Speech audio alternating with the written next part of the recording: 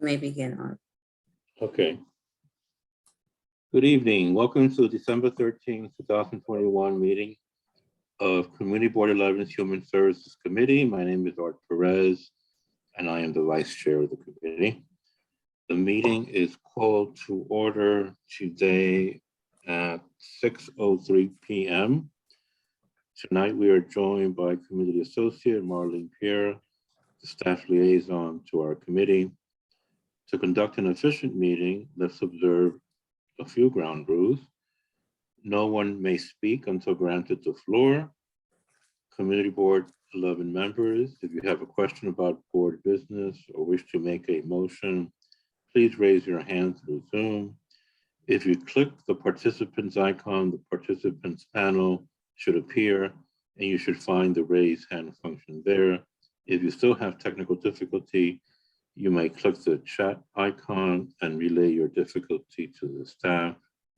The chat function should not be used for Community Board 11 business or questions about agenda topics. All such remarks should be made on the record by raising your hand through Zoom.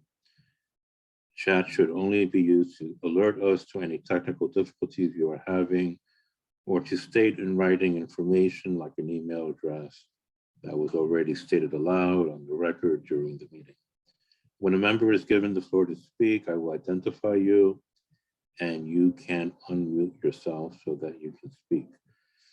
Please keep your questions and comments succinct and germane to the discussion.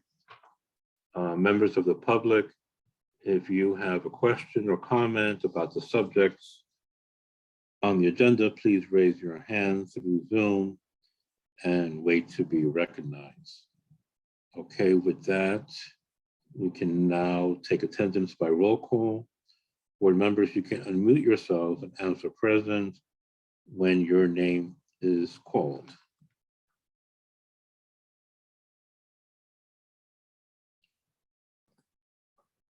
Eva Chen.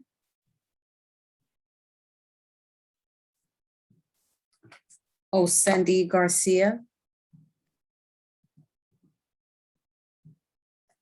Robin Krinsky. Present. Thank you. Patricia Martin. Present. Thank you. Jennifer Meyer. Present. Thank you. Shirley Pena.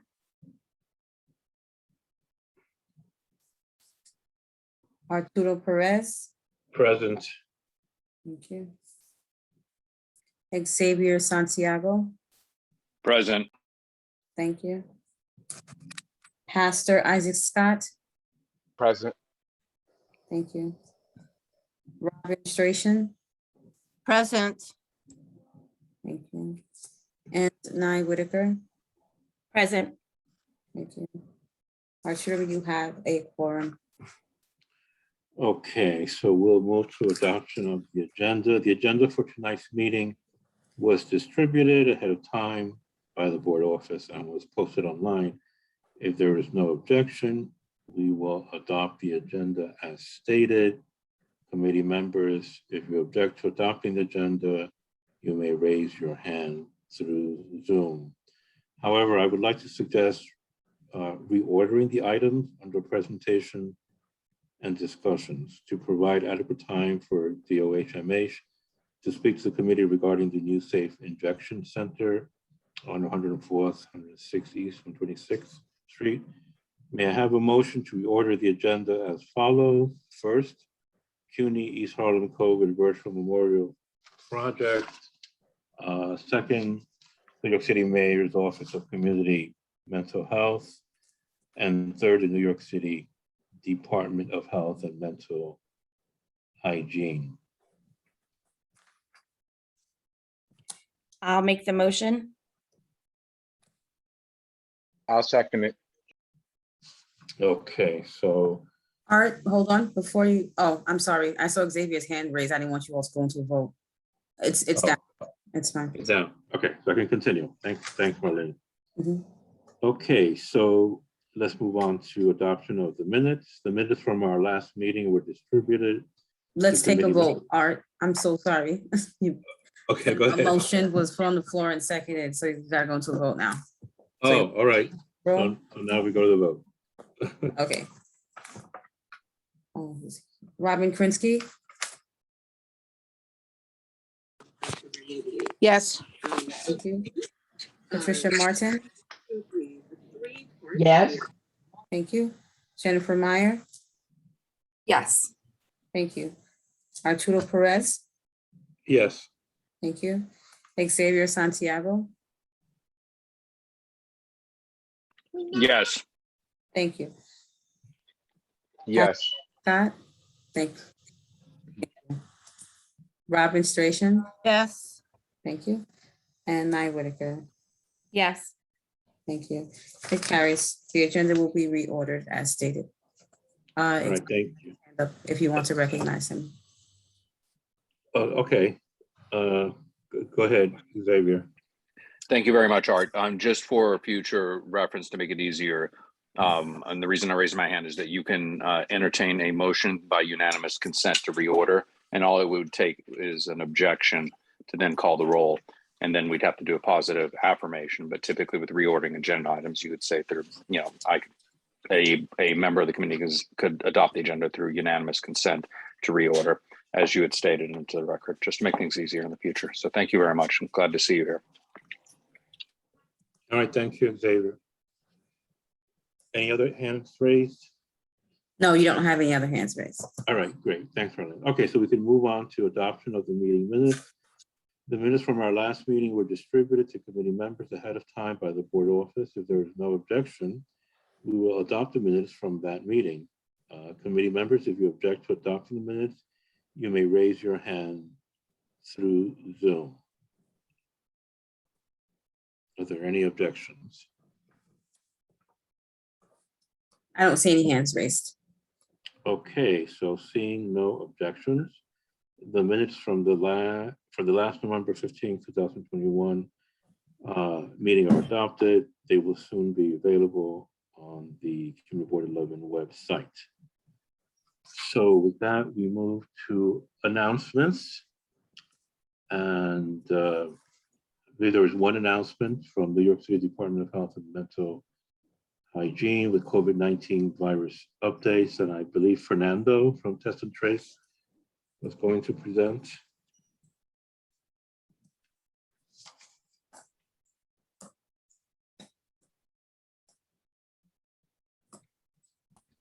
Nye, Okay, sorry. yeah, I'm sorry, Nye Whitaker. I was question? just double checking to make sure Fernando knew that we were moving him to a different section for the evening, because I know he cannot stay for the entire meeting, but it looks like he's here and on. So Fernando, if that's okay with you, you are up next. Sure. Hi, everyone. I'm Fernando with the outreach team with Test and Trace. Thank you for the invite. Thank you for having me here. I joined the team in November, so this is my the first meeting that I'm able to join, and I hope to see you guys in the future meetings as well to bring some updates. To be quick here, we've been focusing a lot. Now there's a lot of concerns about the new variant and this and that. So I just want to emphasize when as we get to family gatherings, as people are traveling, we need to continue doing three things. Using our masks that we've been used to now, getting our booster shots if we have been vaccinated, or if you have not, just get a vaccine. Now children 5 and older can also get the vaccine, so it's important to emphasize and do this as soon as possible. The boosters are available if you had Pfizer and Moderna more than 6 months ago. Any adult 18 and older can get it, or if it was Johnson & Johnson 2 months after the shot. So it's important to do that, masks, vaccine, and we're going to be, the Test and Trace team, we're going to be talking a lot more about testing as well. It's important to something to become like a routine in our lives, do it before we travel, after we travel, before we visit, if we have like a family party or a family event, before the event, after the event. So we're going to be, in the next few weeks, we're going to be talking a lot more about testing, including at-home testing kits as well. In terms of where we are in the 2 zip codes here, So citywide, we've seen an increase in the positivity rate. In average is 3.4 citywide. In 10029, we are at 2.82, and 10035, we are at 2.95. So it's a little lower than the average of the city, but it's important for us to keep doing all the safety measures that we've been doing. In terms of vaccination rate, it had an increase from what I saw last month. So citywide is 78.5%, any age with at least one dose. 10029, we are at 76.67, so a little lower, almost 2 percentage points lower than the city. And 10035, 78.68%. So I just want to say hello, introduce myself. I believe Marlene has my email, my phone number, all my contact information. As you guys know, the purpose of the outreach team and through Test and Trace is to partner with the community, partner with community-based organizations, faith organizations, to really be, because they know the community better than anyone else, and that includes the community board. So I'm gonna just make sure that that I had time to introduce myself and make myself available. Thank you. Okay, thank you, Fernando. And I believe Nye, you have raised hand. Go ahead. Yes, thank you, Vice Chair.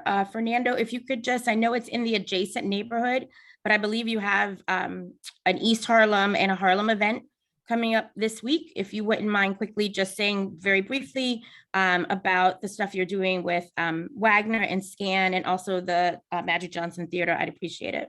Yeah, I wasn't sure how much time I had, but I'm sorry, I'm giving just a little bit more time just in case it can be helpful. No, I love it. Thank you, Nye. So yeah, so from the 16th to the 22nd, we'll be doing a lot of community events because we know, one, we need, like I mentioned, to emphasize to people to get tested before visiting family members. Sometimes they're visiting elderly family members. So we're going to be doing a series of events.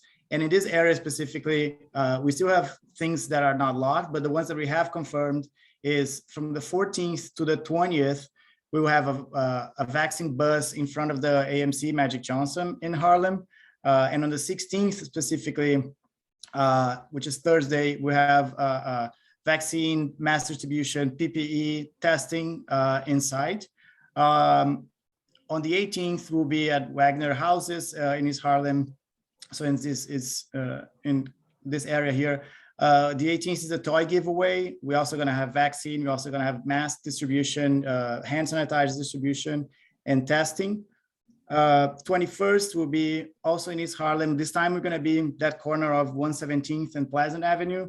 We know that gets really busy around the East River Plaza. So we're going to be doing vaccination, testing, and also PPE distribution there all day on the 21st. And then 22nd is a little further away, but we're going to be doing something similar in Washington Heights. If I may, Vice Chair, just one quick thing. If there are any organizations, I know we have lots of organizations here that are looking or in need of PPE, I'm asking Fernando to please drop his information. Many of you are also working in the field, testing, assisting people, particularly over the holidays, and we're about to enter the coldest season. If you need any protective gear, please be in contact with Fernando. He can make arrangements so that you guys can get mask sanitizers, face shields, and other materials that may be helpful to you and your constituents. Thank you. Right, I just put my email in the chat as well. Okay, thank you, Fernando. Thank you, everyone. Are there any other questions for Fernando or comments? Okay, don't see any raised hands. So we should be moving on. Any other informational updates? Well, you could stay on announcements. He was placing informational updates because that's where we originally placed him. But you can ask the committee if they have any additional announcements, and then go to the attendees and ask them if they have any additional announcements. All right, so why don't we do that? What Marlene just said, do we have any additional announcements from committee members or attendees? Robin has her hand up. Robin, please go ahead. Thank you so much. You know, we've noticed that there's so many opportunities for English speakers to attend events where they're told about spammers and how to protect themselves, but it's rare to find one in Spanish. So we're doing just that on February 14th for Valentine's Day. It's called Love Yourself, Protect Yourself. I can't say it in Spanish. I wish I could, but we're doing it with the 23rd Police Precinct, and we're making this available to organizations on the Upper East and West Side. So if any of you listening would like to participate, contact me. I'll put my contact information in the chat. We're happy to add sponsored logos to this event. It can be attended by Zoom or by phone so that our Spanish speakers are also protected on Valentine's Day. It's called Love Yourself, Protect Yourself. Thank you. That's great, Robin. Thank you. Any other announcements?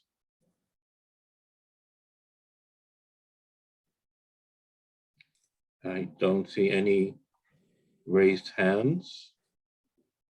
So I'm assuming we could move on Yes. the agenda. Right, morning. Okay, so we're going to presentations and discussions. You have one more informational update from Padmore, Oh, okay, sorry. the OHMH. Okay, Padmore, please. Hi, everyone. Sorry, I'll be brief. Hope you're all well. Just wanted to give, as many of you know, we're continuing to provide our vaccinations at the Action Center on 115th Street and Lexington Avenue. We are accommodating walk-ins and appointments. There we have approximately 70 walk-in available on a daily basis. So if you will be coming in, please do so as early as possible. We are also providing the Pfizer for 15 to 17-year-olds. So if that's something that's also available that we are accommodating at the Action Center. As Fernando indicated earlier, we're encouraging everyone to continue to practice social distancing, utilize masks, and to continue to stay at home if you are feeling under the weather. Reach out and speak to your provider if you're not feeling well.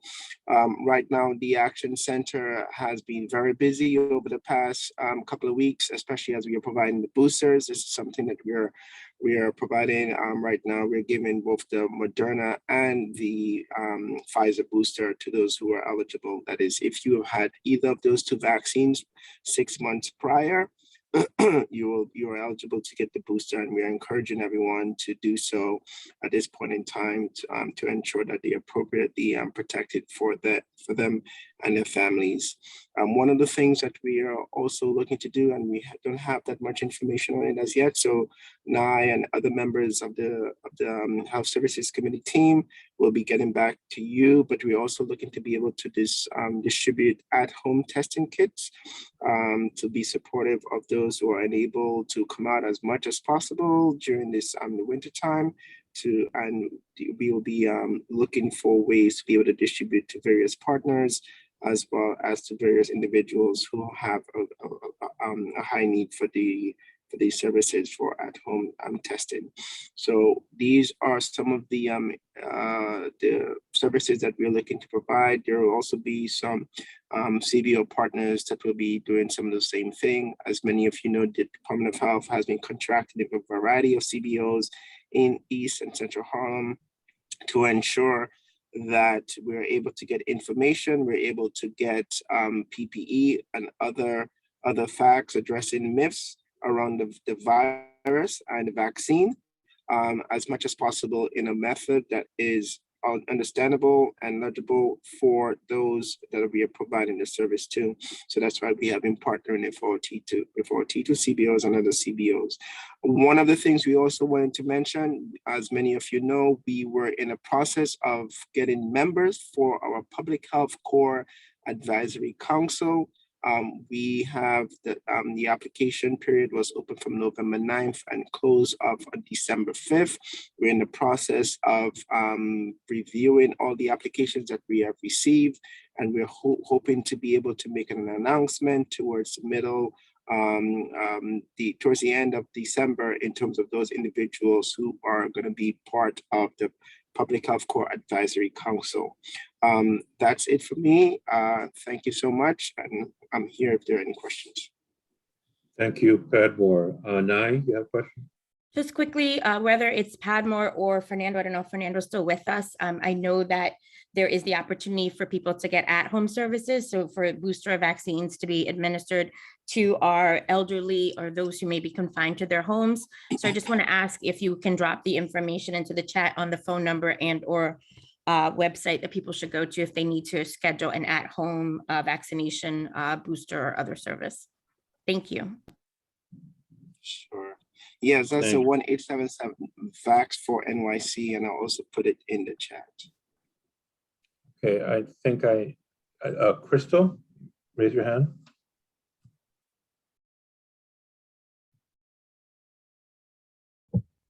Hi, good afternoon. I'm very, hello? Hello, hi. Yeah, hi, everyone. Thank you, for having an open forum where, the public can contribute and stuff. I'm very concerned about, not just NYCHA, but New York in general, but since I live in NYCHA, I'm concerned, what can the Department of Health do? Can they do more, about this cigarette situation? Everything is cold. I understand that 800,000 people have died from COVID. I got that part. People who have underlying health conditions are at greater risk. Their health is affected by the secondhand smoke in large ways.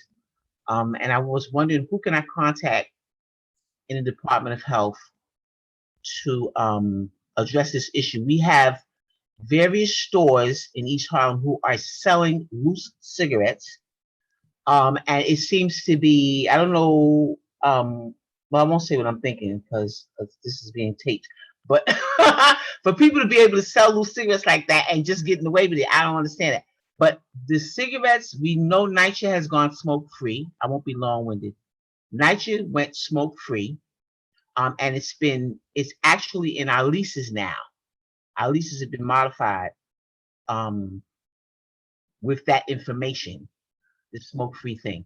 So everything is COVID this and COVID that, but everybody's sucking on cigarettes, and people with underlying health condition, it seems to affect it more.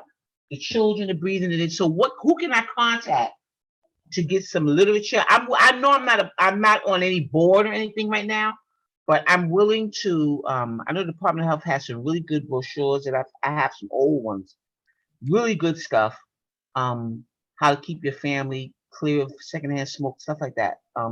Is there anyone I could a phone number of someone that I can contact? Because it's a major, major, major crime that we have to be inhaling all this smoke and everything is just COVID this and COVID that. It's not, the nicotine is doing us in. It really is doing us in. That secondhand smoke. So who can I contact in the Department of Health that we can do something, some type of outreach and things of that nature? Thank you. Sure. I'll drop my email in the chat. You can send me, and I'll look to be able to get you connected to someone. There are a few, the Department of Health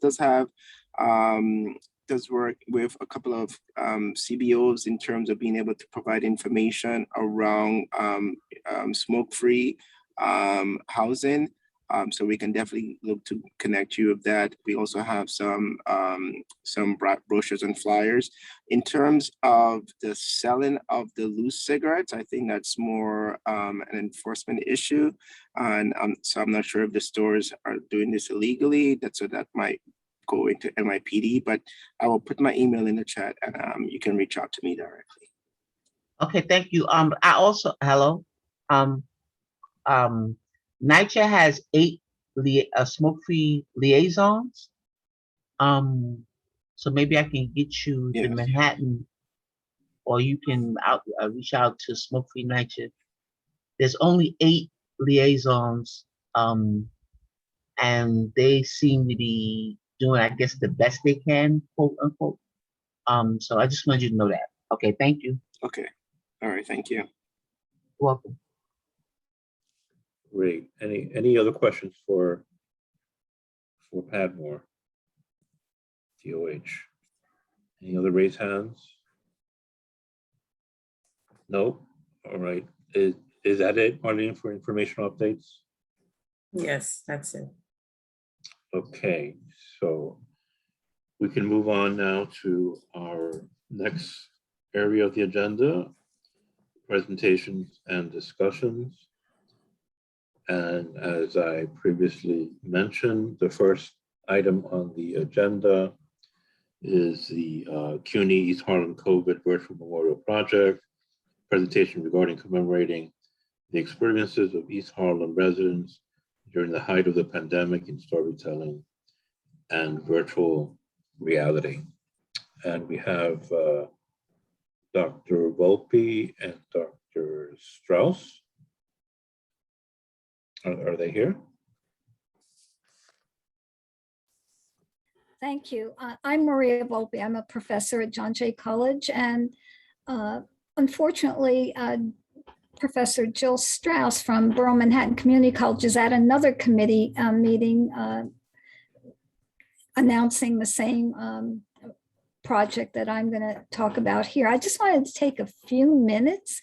Thank you so much for putting us on the agenda. What we are doing is memorializing the experiences, the lived experiences of New Yorkers during COVID, and we're particularly interested in East Harlem and the Mount Sinai community. So we've already started collecting these lived experiences, the stories that are shared by those who have lived in these communities and worked at Mount Sinai. So in the past, when we memorialized events or concerns or people, we always thought of memorializing in concrete terms, literally. So we had memorials that were in granite or some other stone or cement or metal. They were permanent. Well, technology has now allowed us to memorialize virtually. And so this is one of the innovative research projects where we're collecting lived experiences of New Yorkers. And in this case, we are focusing on East Harlem and the Mount Sinai community. And we will eventually upload these stories in virtual reality and be able to have an online exhibit and also post them on the Mir, around the Mir in Central Park. And what we're looking for is those who are willing to talk about how they've been living through this COVID experience since late February, early March 2020. And for sharing stories, we're giving $25 gift cards. Once the memorials are prepared, we'd like to meet with those who have shared their stories and review the drafts. We're working with a media artist who is taking these stories and converting them into an online memorial. We will also pay $25 gift cards to anyone who comes for that second round. So the participants will get $25 for sharing their lived experience and then $25 for reviewing the drafts of the lived experience. And ultimately we'll post these and create an online exhibit, as I said, and post them around the Mir in Central Park. So I'm going to post my email address in the chat. I encourage anyone who's interested to please send me an email or to share word with your neighbors or other residents in the community. As you know, the community was hard hit and life did change. And what was it like? And so this is an opportunity for us to share with others what New York City went through during particularly the early days of COVID, how our lives have been transformed. And with that, I'm going to turn it back over to you, Art. Thank you so much for giving us this opportunity to share this project with the community. And thank you, Professor Volpe. Are there any questions for Professor Volpe? Any raised hands?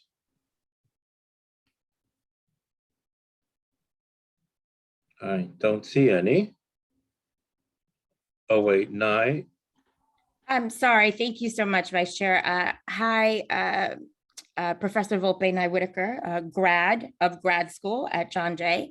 I was just wondering if you had any sort of PowerPoint presentation or other information to share with us so that we could help share this out a bit more widely across the CB11 community. Yes, I can send you some information. Okay, thank you so much. If you could send it to Marlene, who provided you the information to participate today. She is our staff liaison and she can help us get this disseminated so that we can get some more stories contributed. Thank you. Thank you. I mean, we're so grateful. We've already had quite a few people from the community. So, and the stories are very rich. We'd love to add to them. Thank you, Professor. Any other questions for Professor Volpe? Not seeing any. Okay, I guess we'll move on. Thank you, Professor Volpe, again. Thank you. All right, next on the agenda is, all right, oh, okay. New York City Mayor's Office of Community and Mental Health. Of course, talking about the mental health crisis.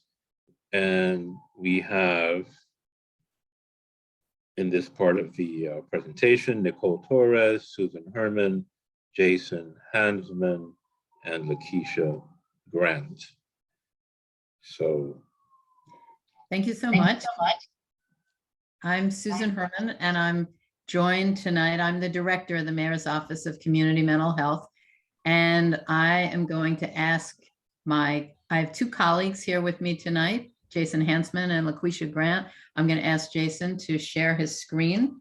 As you mentioned, we are pleased to present to you this evening about crisis support in your neighborhood.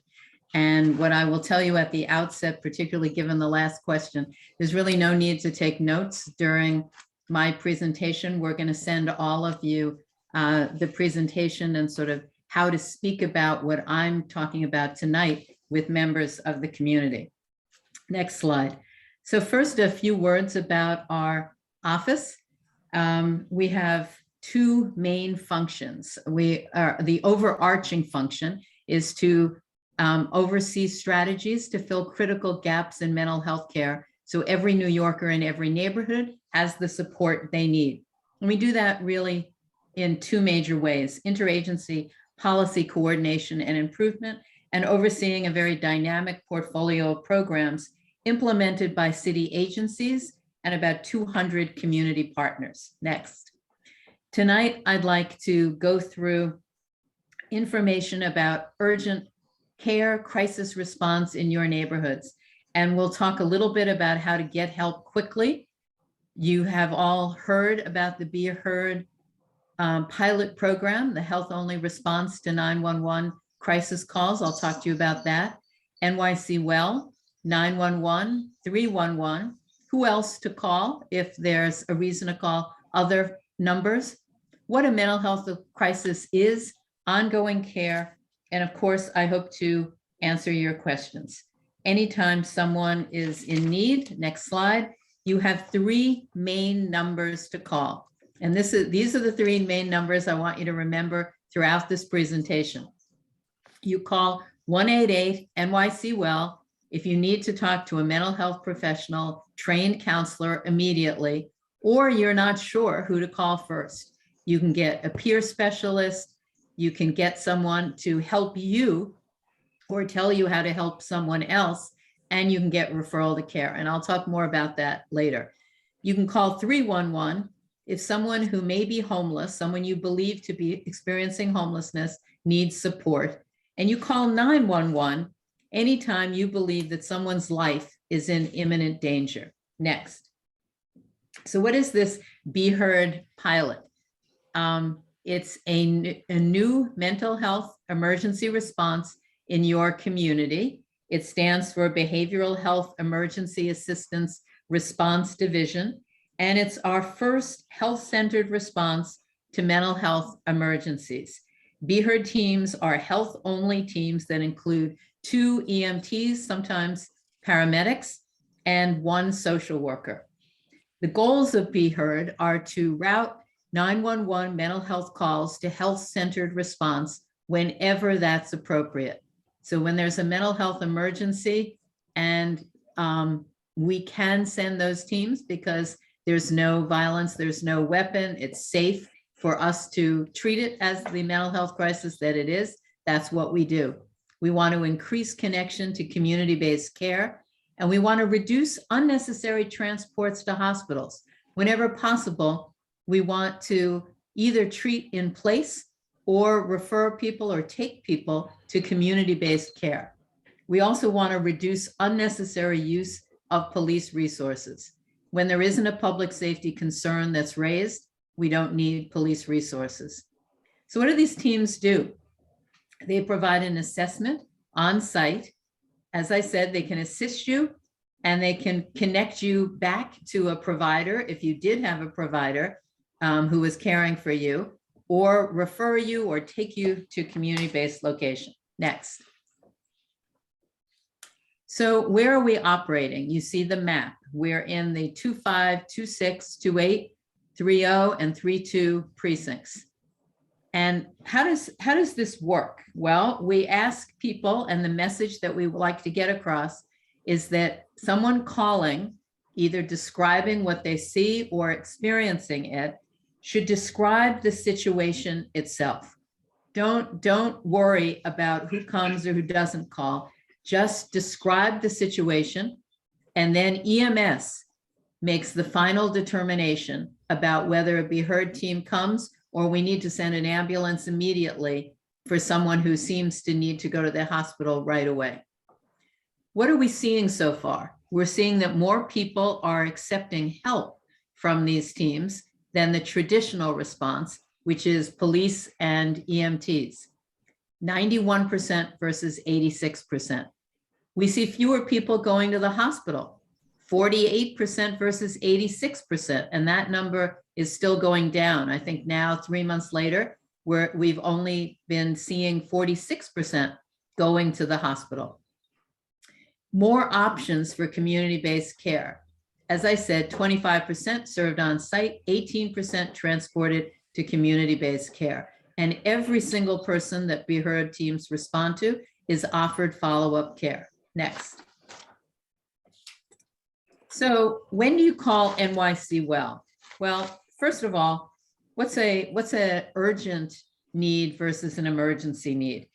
A crisis is a situation where somebody experienced an intense behavioral, emotional, psychiatric response, and it could be exposure to trauma or violence, substance misuse, sometimes serious mental illness, can all lead to a mental health crisis. But the crisis is usually something that's been brewing for a long time, sometimes years. Rarely is it moments, days, almost always, weeks, often, months, often, sometimes years.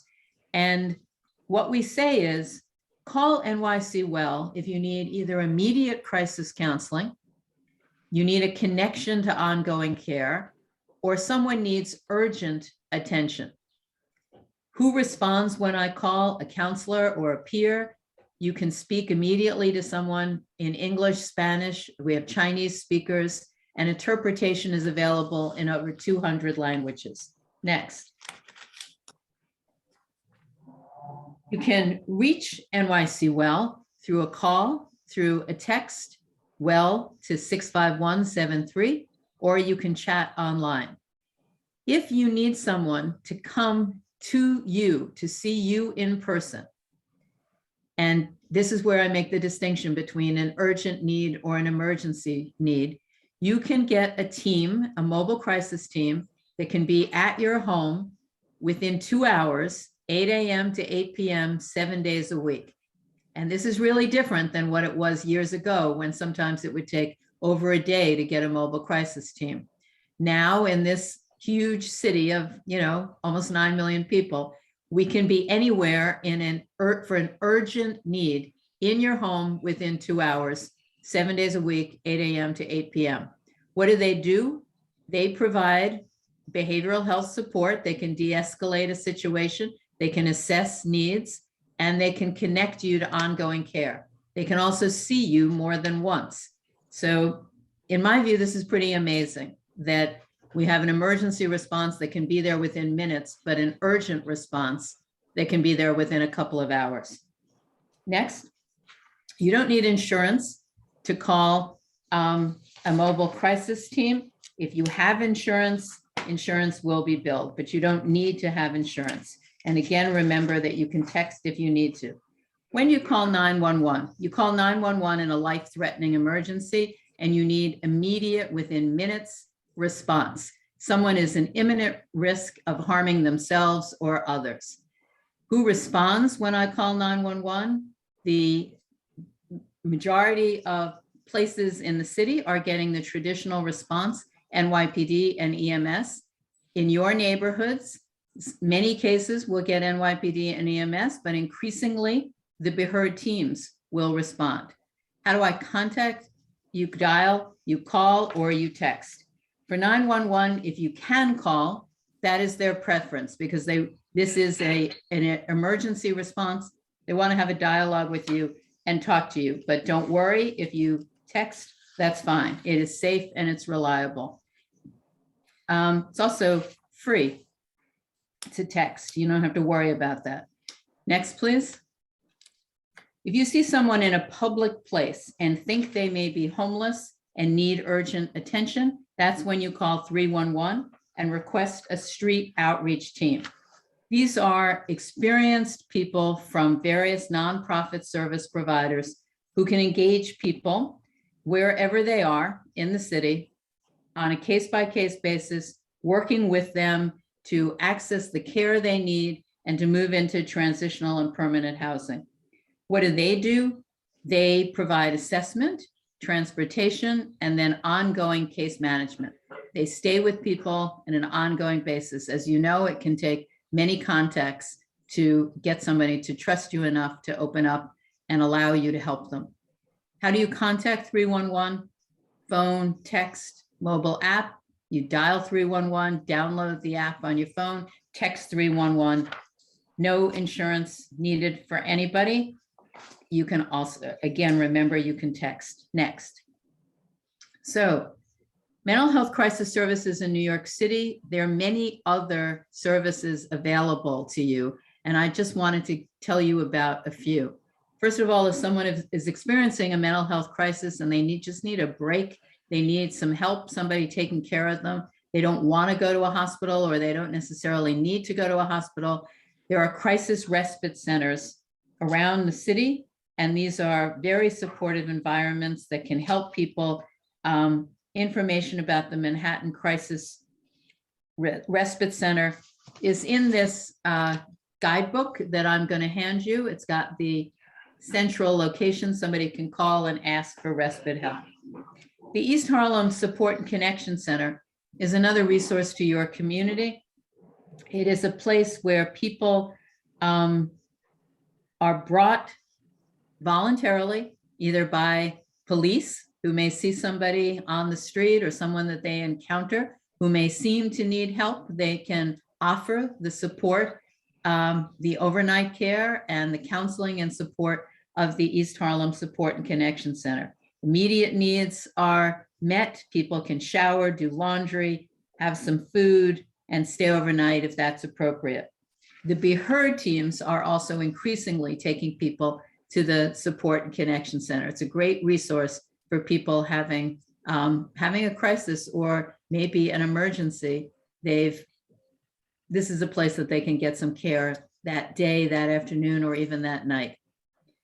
So hospitals across the city also stabilize people experiencing acute psychiatric symptoms. And whenever that's appropriate, you can go yourself, a family member can take you, or a professional might refer you to a hospital that has a psychiatric emergency room or a CPEP.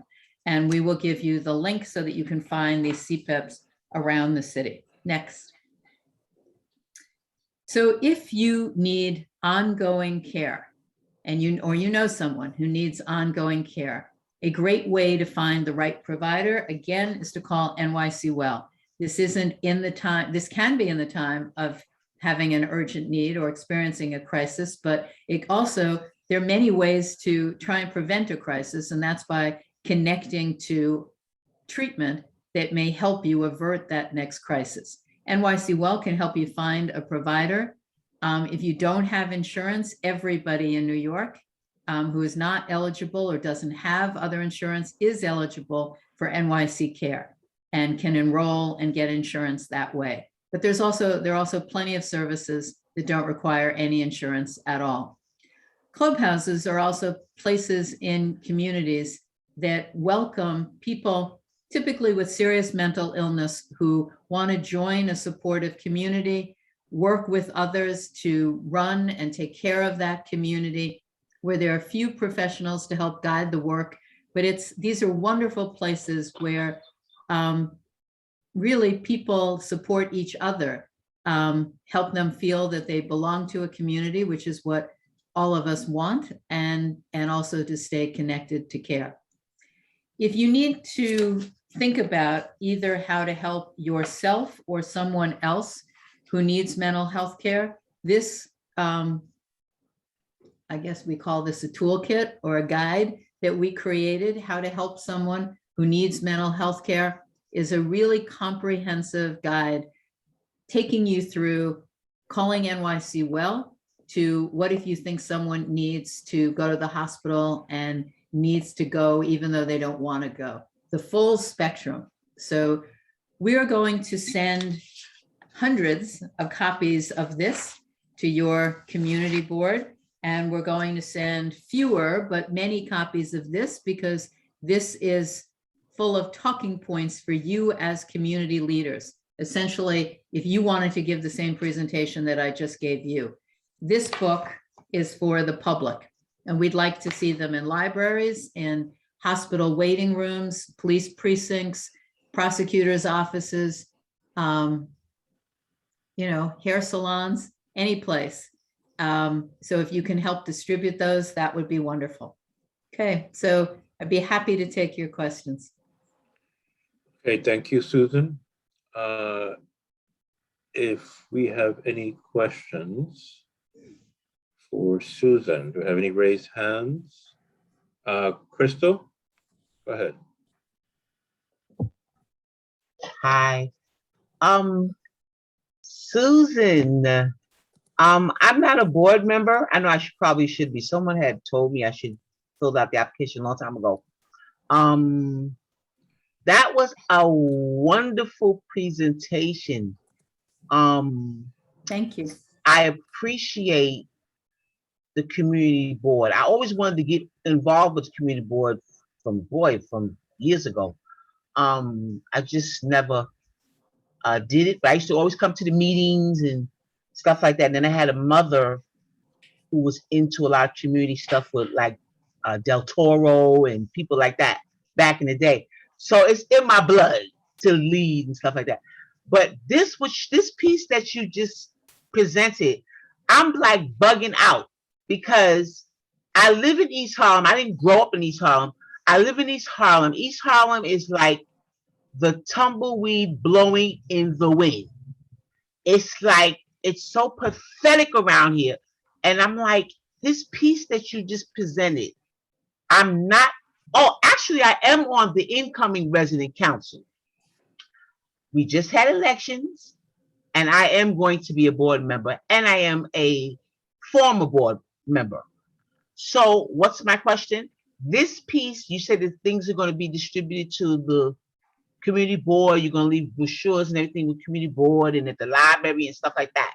We got to get this stuff into people's hands. We know we are at close to the age right now. We're getting ready to go into a new year, so there probably won't be much activity. But this is very, very important information. And it's a shame how so much information gets put on shelves. And it's just ridiculous when our people are dying out here. So I just had to say that your presentation was fabulous. And I know that the community board does all that they can, and I'm willing to do whatever I can. I'm That's available. great. So Well, thank I you. would love for this. Could you actually come to my development? You said you're going to leave this presentation with the community board, correct?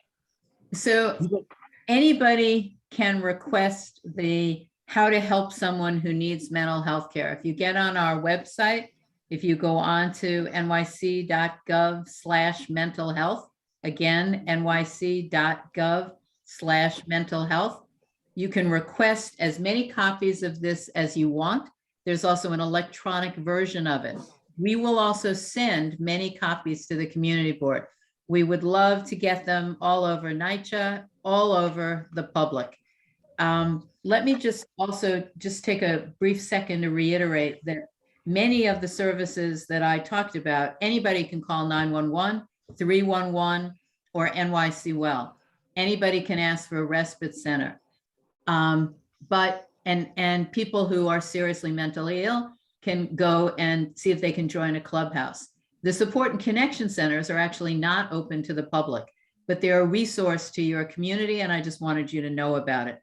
They're a place for the BEHEARD teams to have access to care on a walk-in basis, and that's really critical that they be reserved for that, either for BEHEARD teams or for officers. But as I said, increasingly, they're for the BEHEARD teams. Okay, thank you, Susan. We have another question from Robin Krinsky. Go ahead, Robin. Hi, Susan. Thank you very much for this excellent presentation. I'm on Community Board 11. I don't live in this area, but I work at Mount Sinai, and I'm sure you're very well aware of the mental health crisis that's going on with frontline healthcare providers post-pandemic. Are there any services that are specific for providers that are in Community Board 11, that work in Community Board 11, that they can access? There are services available. And what I would say to you is if you just email our office or put your email in the chat, I'd be happy to talk to you about work that we've done both on vicarious trauma, training that we worked on with the Department of Health and many others, health and hospitals, for frontline workers to support them during this time, and other services available to you. So if you put your email in the chat, we'll send you information about all of that. Thank you. I just did. And again, I appreciate your presentation. It was excellent and so thorough. Thank you. Appreciate that. Thank you, Susan. Any additional questions for Susan? I'm sorry, I'm not trying to dominate the meeting, but Susan, you're from the mayor's office, correct? Yes. I don't know if I need to get with someone from the community board to get the presentation. I know you said go to the site and they'll send stuff. But I was thinking maybe something for the first of the year.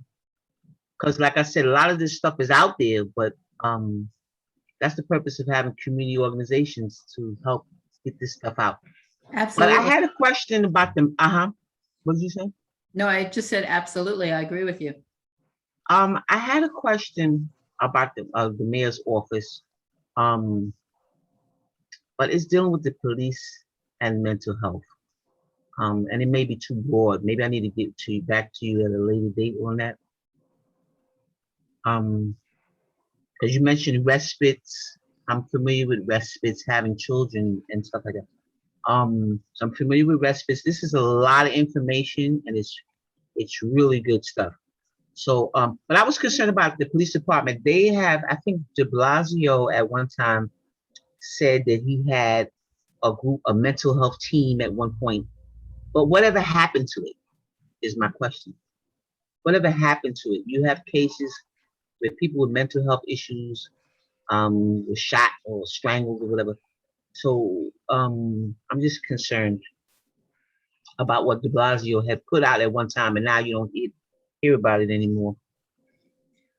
Well, there are many approaches that we've taken during this administration to try and provide solid mental health. And this presentation really only focused on crisis response, where there are not only police and EMS professionals responding to 911 emergencies, but increasingly health-only teams, particularly in your neighborhood, are responding to those kinds of calls. And so we're now in 5 precincts, and over the next several months, we hope to be expanding to a few more precincts, and then increasingly that will become a citywide approach to what people deem as emergencies, not urgent need. But as I mentioned, if you have an urgent need, and for most people that's the case, even though you feel really badly or you think someone needs help and they're in bad shape, most people can wait a couple of hours. I mean, think about it when you ask yourself, do I need to get an appointment or go to the hospital on Monday, or should I go to an urgent care over the weekend, or do I need to go to the emergency room? You kind of ask yourself, how bad is it? And which kind of a service do I really need right now? We're all trying to conserve emergency resources as much as possible. So if you don't need 911, don't call 911. Call NYC Well, and you can talk to somebody immediately, 24 hours a day, or if need be, they can come to you within a couple of hours. That's pretty amazing, I think. And if you can wait, if you don't need someone to come to you, they'll refer you to a provider that you can see maybe that day, maybe the next day, or in a couple of days. Thank you, Susan. Do we have any other raised hands? Any other questions for Susan? Yes, you have a raised hands in the attendee section, Art, from Jill Jones. Okay, Joel, please go ahead. Thank you. Can we all hear me? Yes. Yeah. So this is the second time I've heard this presentation, and it was great the first time I heard it last week at another committee meeting, and you kind of answered the question, but I'm wondering, you're talking about several precincts within Harlem and East Harlem. So I'm just wondering about the 2-3, and I realize you've just said that you plan on expanding, but just curious about why the 2-3 is not has not joined in with this actual response service. Because it's not a matter of who's raised their hand. We went to these first group of precincts both by need and by community-based resources, and then we'll be expanding throughout the city. So we'll get to everybody eventually. Okay, thank you, Susan. Any other raised hands? Any other questions for Susan? I don't see any raised hands, Art. All right, thanks, Marlene. Okay, Susan, thanks again for your presentation. Thank you. Thank you for inviting us. Great information. And we'll move on to the next part of our agenda. Okay, thank you. All right, and then the last thing we're going to talk about on the area of presentations is the New York City Department of Health and Mental Hygiene discussion regarding the supervised injection centers. And we have with us today Dr. Michael McRae and Kaylin C. So I'll turn it over to both of you.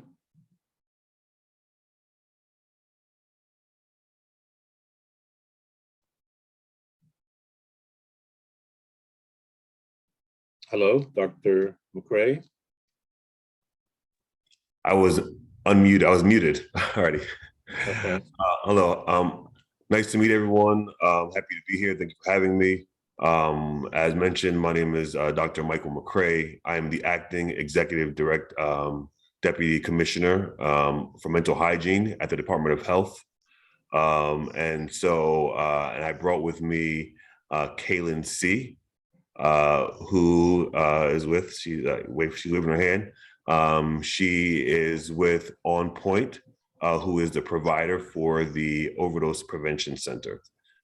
So I wanted to kind of speak with folks and kind of answer questions that I can. And also allow Kaylin C as well as Kaylin or others from the center to come chat with you all as well. I will say, just kind of as a framing, as you all know, we do have two overdose prevention centers, one in East Harlem and another in Washington Heights. I will say that kind of based on our preliminary data, like we already know, they've been operating since the 30th. We already know that they're saving lives. And so I wanted to really just kind of come and kind of talk to folks about the great work that's going on. And also to highlight the providers really highlighting of humanity of the folks who they are serving. And so I will kind of, allow Kaylin to introduce herself more or mention something else, and then take questions from folks. Okay, so go ahead. So Okay. Sam Rivera is the executive director. He's also here. Great. Welcome, Sam. All right, Kaylin, whenever you're ready. Hi, everyone. You might hear some screaming in the background because there's a little baby here. Really, again, just want to reiterate how great it was to meet with you on site at our space in East Harlem last week. I know many of you were there and really appreciated that visit. Just wanted to join this call to let you know how the first couple weeks have gone and just to again clear up a few misconceptions about the sites. One of them, the first one, is that they're safe injection sites. They're not. They're polymodality consumption sites to prevent overdose harm and death. The reason they're polymodality, meaning that people can smoke, inject, snort, swallow, or otherwise ingest their drugs, is because fentanyl is in the entire drug supply, not just in the injectable drug supply. So these sites, being a public health service to reduce risk and increase access to care for a very vulnerable population, needed to expand beyond just injection to work with all people who use drugs. So they are not injection sites. Two, just want to reiterate that these sites, we built these sites in partnership with the health department and City Hall and a variety of other community partners to serve two groups of people. One, the participants who rely on the sites for their life-saving services and for connection into care. And the other is for the communities where they're located. We often say that this might not be the response to some of the challenges in the neighborhood that you thought you were asking for, but these sites are a part of the solution. So we heard consistently from our neighbors and partners that no one wanted to see syringes improperly discarded in the streets anymore, at the schools, in parks, in subway stations. No one wanted to see public drug use anymore.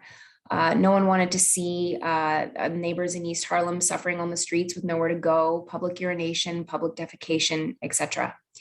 And this site ticks all of those boxes. Want to make very, very clear that this is not a new service. This is a formalization of an existing service that's been running for 6 years by a program who's been in the neighborhood for 35 years. So this is an existing service. And all we've done is formalize our previous overdose prevention program to have fresher paint, newer equipment, and more direct connection into our clinic, which is located on site. The Overdose Prevention Center is co-located with our other programs. So it's embedded in our drop-in center. It's supported by our care coordination and case management team, which is in the same building. And it's also supported by our health hub, which is a partnership with Montefiore Medical Center, where we have doctors and nurses just steps away, where we're able to prescribe Suboxone, connect people to other stabilization services and into longer term treatment if they should decide they want that. I have a question. I see Denise's question. We'll get there as well. The early data is really, really promising. Between the two sites, the one in Washington Heights and the one in East Harlem, the team has already intervened in 36 overdoses to prevent injury and overdose death. We've already done many connections into detox, longer term treatment and medical care. We've done housing applications. We've done SNAP benefits. We've done, I mean, the list goes on. And I can, we're on the back end, Brent, who I think many of you met at our meeting, he's our Senior Director of Data and Evaluation, is preparing sort of a monthly snapshot of how the sites have done in terms of achieving our overarching objectives of decreasing syringe litter, decreasing public drug use, and connecting people into further care. I'll leave it there for now. And I think I see some Sam hands. I see Xavier and Ava, and then I think there's one in the chat as well. Yeah. I want to also just, you're very welcome. I do want to just see if Sam, who is here, if he has anything he'd like to add to that. And if Jason, our Associate Director of Community Initiatives and Impact, who works with our outward facing outreach and public safety team, if there's anything he'd like to add at either. Hi, Art, if I may. Sure. Hi, Caitlin and Dr. McCray. I sent you a message in the chat, Dr. McCray. I would like to promote Sam to panelist because I did call and invite him, but didn't receive a response to my invitation. So if I don't see his name. So can you tell me exactly who to go to so I can promote that person to panelist so that the committee and the audience can see them and hear them correctly without any interruptions? You know, I've been scrolling too, and I don't see his name, but I know that he was here. There's a second Kaylin C. Maybe that is Sam. It could be Sam, maybe that's Sam, or that could be Jason as well. There's Okay. definitely not another Jason's one of up. these. Jason is up. We see Jason's Jason. up. Yeah. Okay. Jason is up. Jason, what's his last name, please? Beltry. Beltry, thank you. Sam says he just raised his hand. I'm not sure if anyone can see that. I'm looking.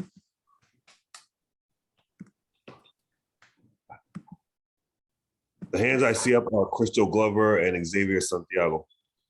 Yeah, Sam, if you can hear us, we don't see you, but I know you're out there.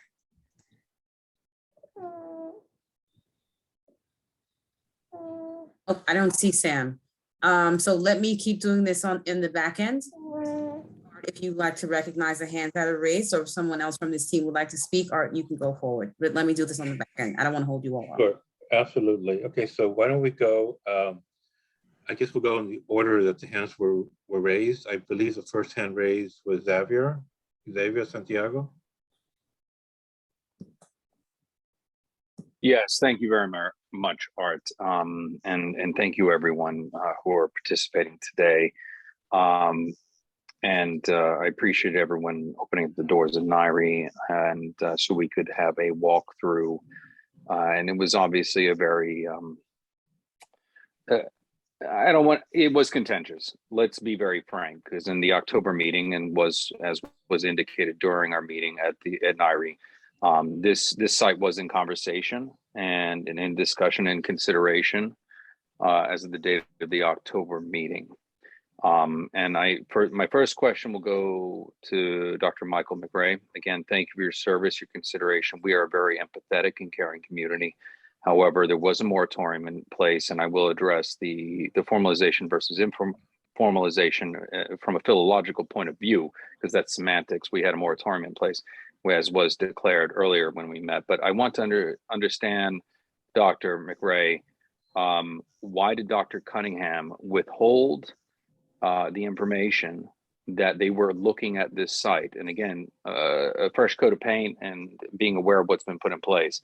These things don't happen overnight, but I want to know why that information was withheld, because the conversations were happening prior to October. So yeah, so I mean, as you all know, I'm new to this role, but my understanding is that what was shared is what we knew. That was for sure at the time. There was nothing was kind of set in stone or in place.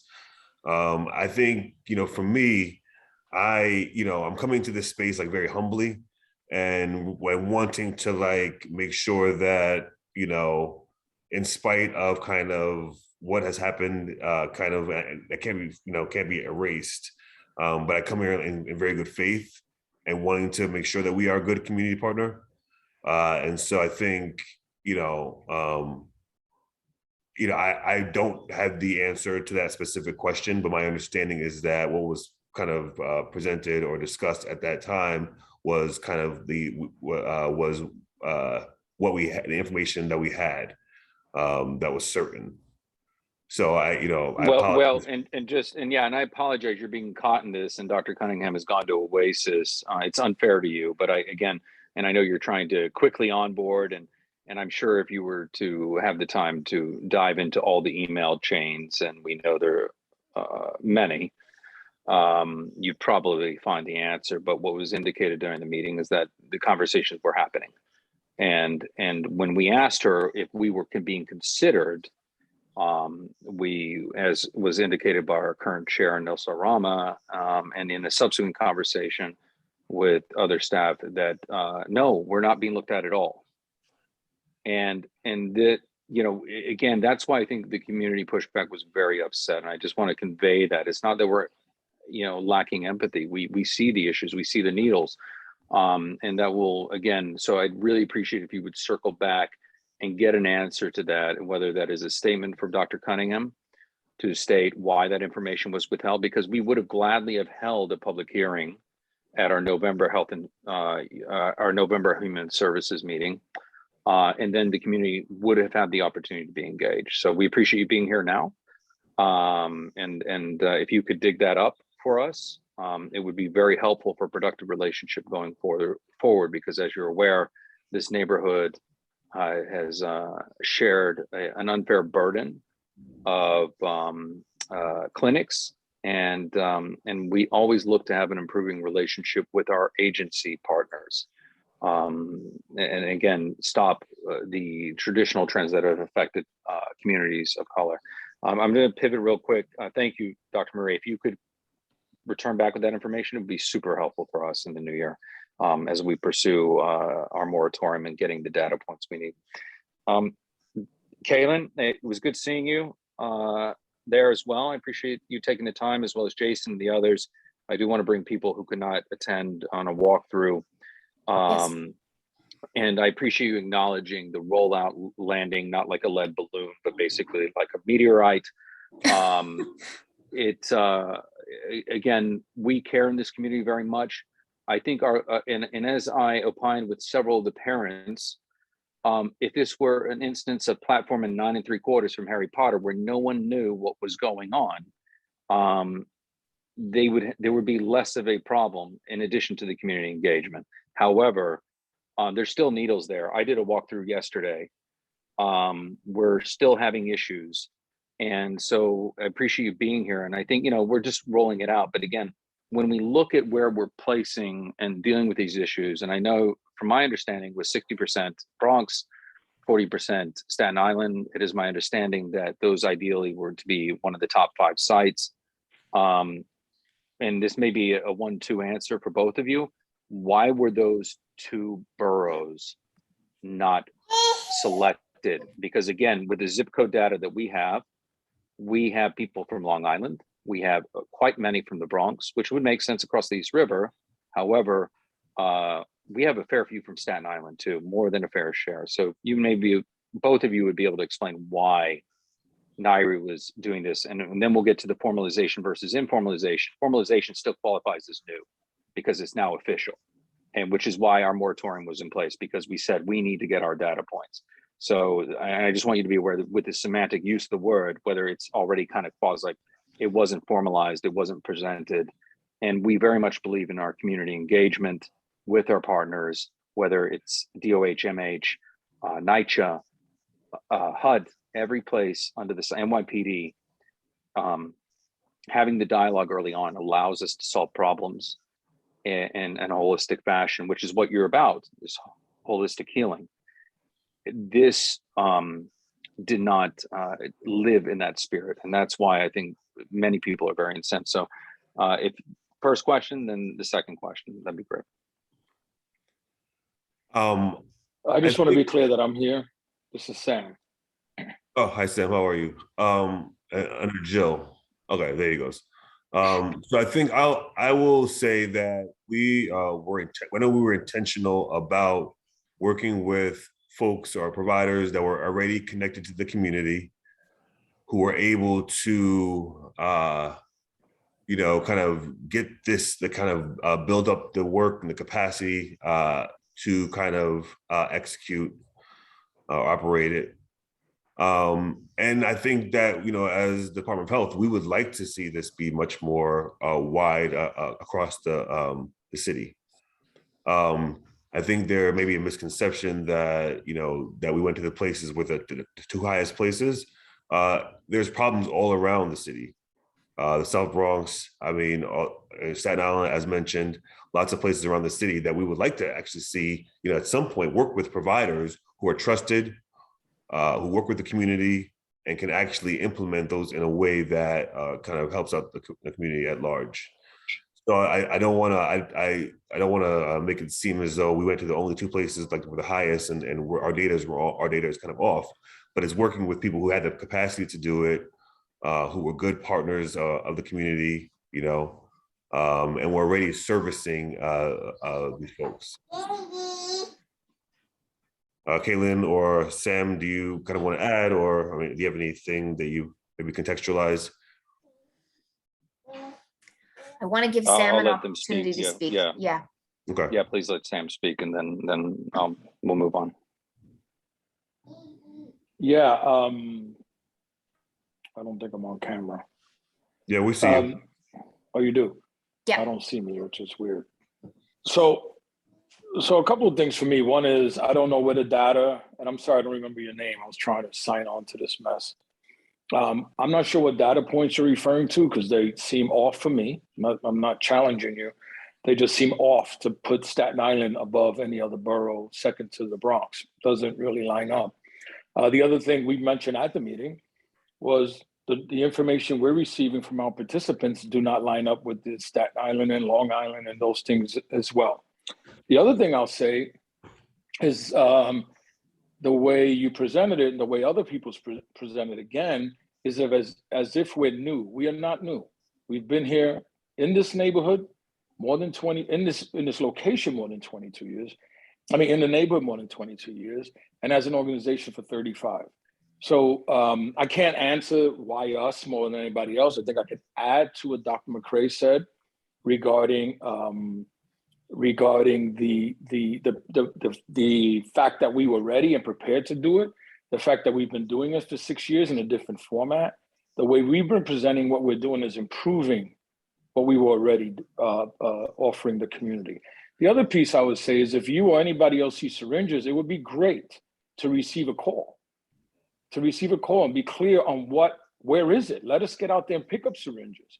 It's very difficult to hear anybody say they're seeing syringes without contacting us, which is what we want to do. We want to get out there and play a role in continuing to impact the community. So the other piece is try not to align seeing syringe like this is a new thing. We've been working in the community a long time. I totally respect and understand while I wasn't there, so I can only say your frustrations around the process or the lack of process, what you guys have all shared between meetings from the meetings you had with the health department to the actual outcome of us opening. Obviously, we weren't there and we didn't have an opportunity to discuss this.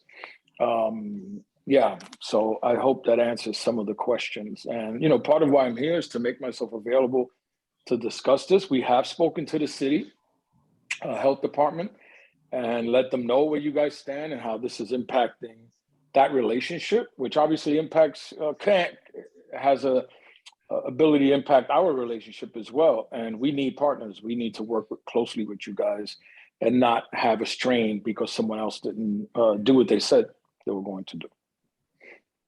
I want to just thank add you. one more thing to what Sam said, because it's important. And then Jason is going to give you our public safety hotline number, and you can all write it down and share it broadly with your listserv. Xavier, you mentioned that you did a walkthrough and you still saw syringes on the ground. These overdose prevention centers co-located in our program are not going to be a silver bullet to all of the problems in the community. And we're not 24 hours yet, but we hope to be. So right now we're open from 9 in the morning until 8 p.m. Monday to Friday. The East Harlem location is not open on weekends. So you're going to continue to see public drug use and improperly discarded syringes for a while. Jason is going to talk a little bit about the outreach and public safety team and the public safety hotline, where any community member at any time can make a request for a cleanup and we'll come out and do it for free and connect with the people who are there. In January, we hope to expand our hours. Sorry, Johnny's going to join the call. Here she is. We hope to expand our hours from 7 in the morning until 11:30 at night, 7 days a week. And then in the spring, hopefully by March 2022, we hope to be 24 hours. So we are having, I see Martina, and that's 24 hours. We'll address that as well, Martina. If people don't have anywhere to be, they have nowhere to be. We're trying to create a space, a safe space, an engaged space, a health promoting space where people who currently don't have anywhere to be can come and be safe and have dignity and respect in their lives. But our outward facing program has a big responsibility to the neighborhood. And that's where the outreach and public safety team comes in. Thank you, Kayla. Thank you. I just wanted real quick, everyone, because I want to yield back to Art real quick, because I did appreciate the walkthrough. And Jason, I sent you a text about wanting to bring other people who could not attend, including the TA presidents who are people experiencing it. I think it is important to validate them and to listen to their concerns. And of course, there was not enough space in that room, but I think that extension will be assistful. And Sam, again, it's not about the work you're doing. I value it. And like I told you, Jason, before I walked out, we value the work you're doing. What happened is that this was done last minute, and we need to have that analysis done, because as the community, whether or not this is a one-off in this neighborhood or not, it's the fact that whether, if not by letter, the spirit of the city charter was not followed. We have a remit for engagement. Yes, it's Stefan and Euler, but however, we had the opportunity. We asked, we were very clear, and it was missed. And I'm sure if Nairi, you were included, you would have stepped up and been there without a doubt. Having been in that room and how ingratiating you were, I have no doubt about that. However, I appreciate that. No, I validate the work. Like, I've lost family members. There are a lot of people who have, and your boots on the ground. That's not what this is about. This is about, if we are going to do this and be the healing factor and right the wrongs of Robert Moses and the medical redlining, the separation of our city, instead of being the great vision we can be, we have to have these hard conversations now. And thank you for being here. Art, I will yield back. Thank you so much for dealing with this. It's just because I was there in the room. Nilsa was there, Nye was there, and Angel, our DM, was there. So thank you very much, and I'll pass it back. Thank you. Okay, thank you, Xavier. I just want to go to give everyone an opportunity who has a raised hand to ask a question. And next up is Eva Chan. Eva. Yes, thank you. So I think my question number one is, what is the capacity? How many people are you able to serve each day?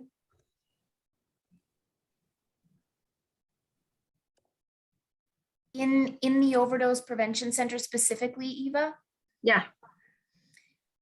Yes, so there's no time limit on a visit to the overdose prevention center, and that's deliberate. We want people to take their time, engage in safe practices, talk to the nurse, talk to the case manager.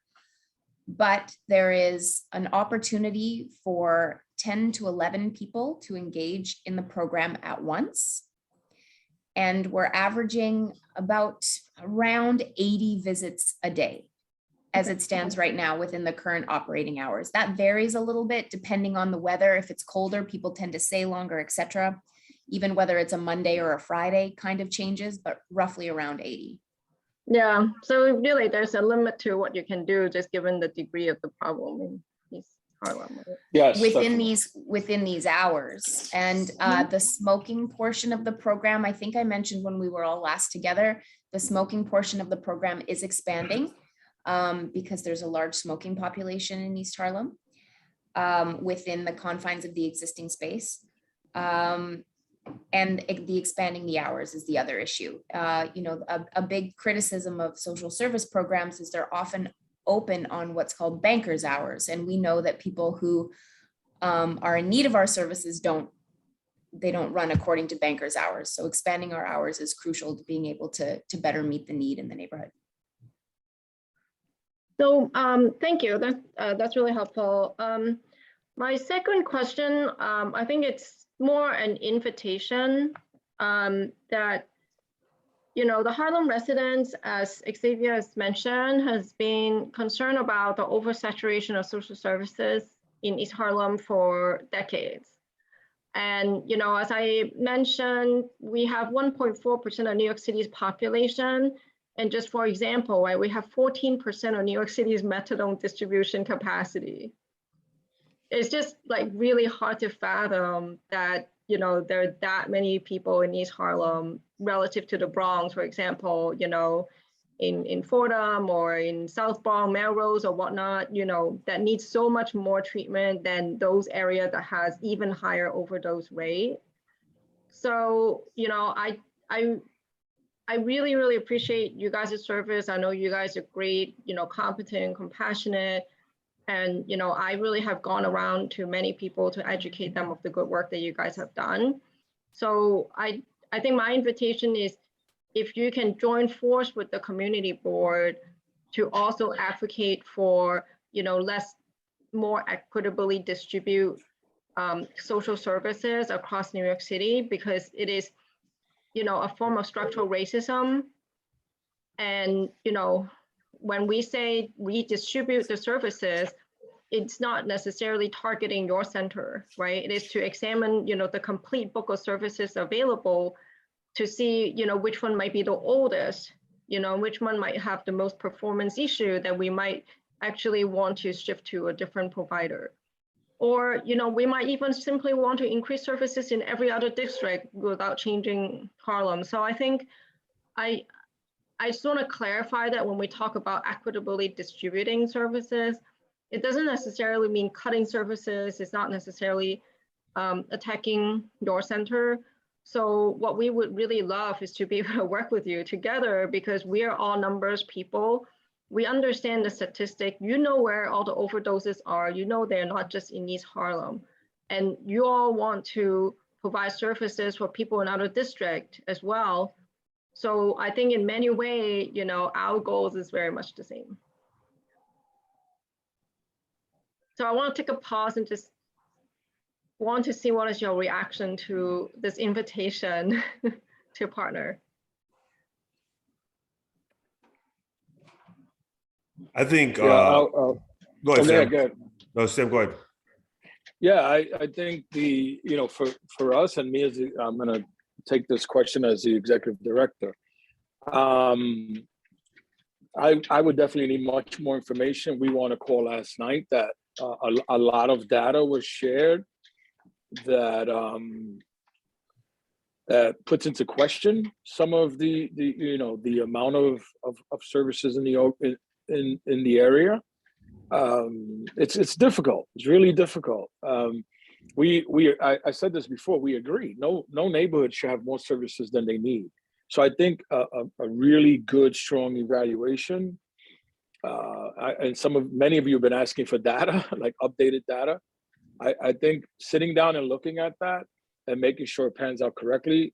Part of what came up last night on that call, which was a little shocking, was the fact that many of the organizations, let me change that. Not the fact. People presented that many of the organizations in the community have been there for a very, very long time. But what we're hearing from some of you guys and other people, there are new programs. So it's kind of hard for me to say right now to commit the organization to participate in this kind of movement without more information. I can tell you this, if the information lines up the way you guys are saying, we agree. No community, Harlem, no community should have more services than they need. One of the biggest things we're doing around what we just improved of the service we're providing, and the city is committed to doing this based on numerous conversations we've had with them, is to open other very similar services in other boroughs. And the fact that DAs from other boroughs signed on to this, many people signed on to support what we're doing, really opens the door for these services to be offered in other communities as well. Yeah, but I'll be happy to join after getting more information for sure. Yeah, if you don't mind, I would really love to schedule a meeting, maybe just a Zoom meeting, or I can come in and really just go through data by data so you can see for yourself, because data that come from New York State, the office, the Oasis. So there's really no data manipulation going on. We're simply getting data through FOIL. Well, they're not adding up to what we have. That's why I'm saying that. Not disagreeing with you. I'm just telling you it doesn't match the data we belong. So I would love to do that. Yes. I'm sorry. Go ahead, Michael. But I also want to obviously I want to also just make it clear that make folks I'm sure know, that what you're talking about is a different kind of system. We're talking about, increased, methadone kind of clinics, right? And kind of, or just like in general social services, right? I know there's been a discussion around like methadone clinics. Even including homeless shelter, which is why I'm hoping that your center, when anyone really complain about oversaturation, it's important to remember that it includes just so many things. Yeah. It could be needle exchange, it could be adult-only homeless shelter, it could be mental health treatment, it could be methadone center. I think that these things, yes, oversaturation, these are things that are a result of years of structural racism, medical reality. I think we'd be silly for us to come here and say, what does that mean? That is the case. So we know that. But we are advocating for, trying to, access for different kind of services across the city, right? Like, so I think right now what you're probably seeing is probably very, real, very real given our history, right? But we are trying to kind of change that. And I think we are very intentional about trying to expand access to different kinds of services across the city and in different areas as well. Right, so my ask is for you to expand your focus on expanding safe injection site, which I command to other parts of the city, but also help us talk about expanding other services to other parts of New York City. Absolutely. And that partnership will be really important. More specifically, I want to quote a number that we just received a month ago, that New York City has lost 1,500 residential treatment beds for patients with drug addiction issues over the last 10 years. And it's primarily in districts that are undergoing gentrification. So that's why, and we call out treatment desert.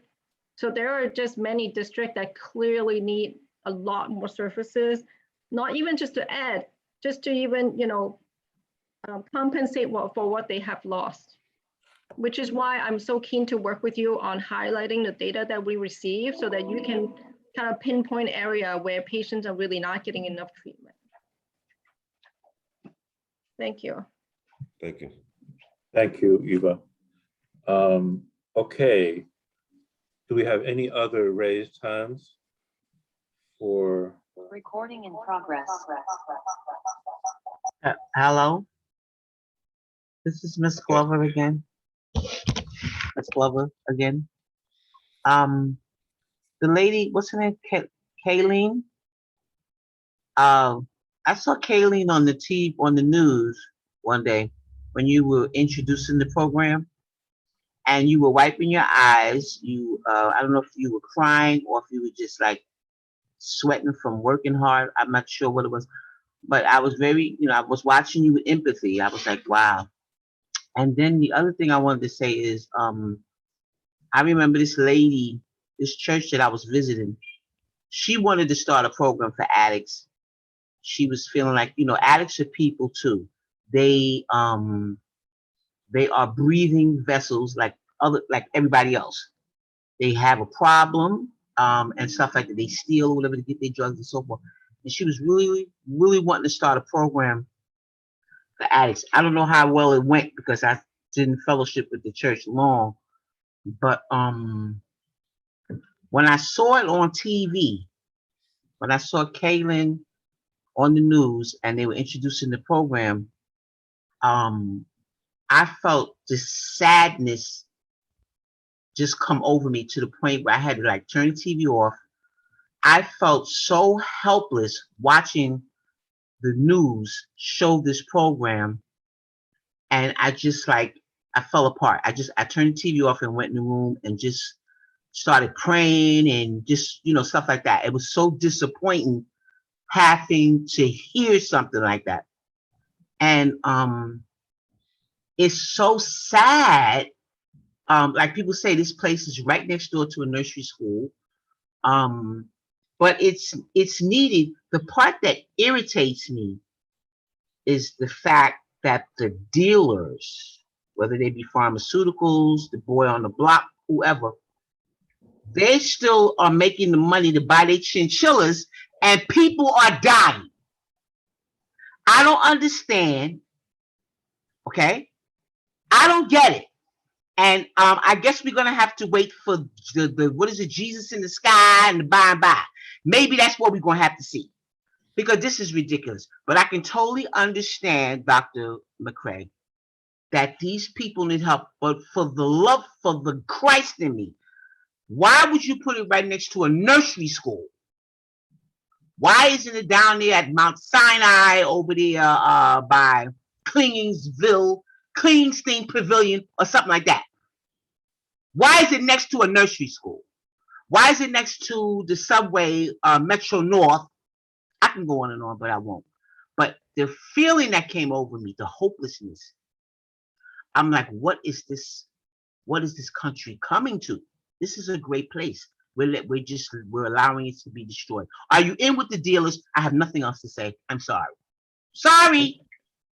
Thank you, Crystal. Does someone want to respond to some of Crystal's? Yes, somebody respond, please. I'd love to respond. I'm not sure what part was the question. Are we in with the dealers? No. If that was a none of it was a question. It was comments, but you do with it what you want. Thank you. Not sure if there was any question you'd like us to respond about to. location? If you had a question about location. Location, we've been there, as mentioned before numerous times. We have been in this location for years. We did not build this next to a nursery. We've been there for years. And just so you know, because I heard a few people talk about our relationship with the nurseries next door, we have a very good relationship with them. We communicate with them often. What I've told people, and I'll say here again, is visit the block. Visit the block when we're closed, visit the block when we're open. And if you see a difference, let's talk about it. If you see people located in front of the school, let's talk about it. We intentionally have staff who go out and make sure that the front of our building is clear and that people are not moving around the community.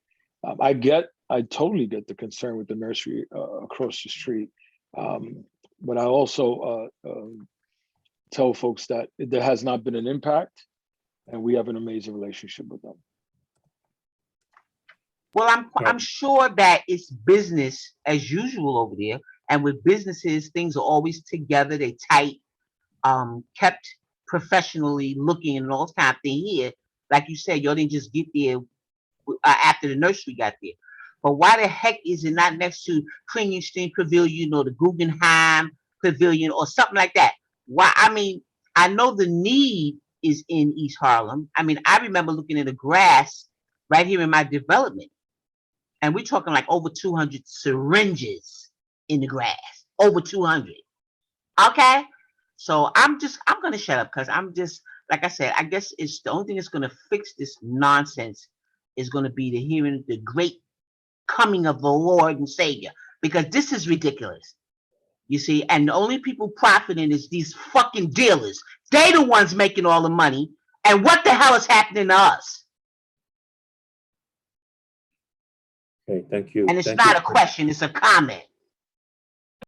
Thanks, Crystal. I see Eva has her hand raised. Eva, you have a question?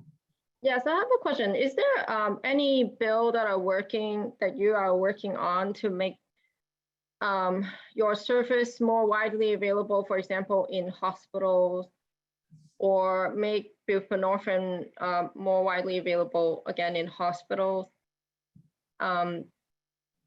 Is there anything that the local Harlem resident can do to help advocate for broader distribution?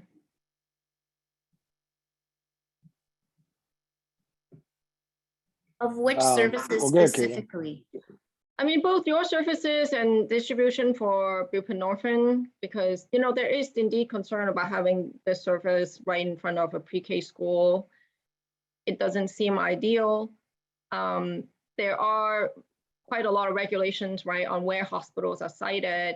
And it seems that it makes sense for a lot of these services to be placed in a hospital. Not to mention there are so many hospitals by nature, then there will be more supervised injection site or, you know, multiple modality injection site. So is there anything the Harlem resident can help in terms of advocating?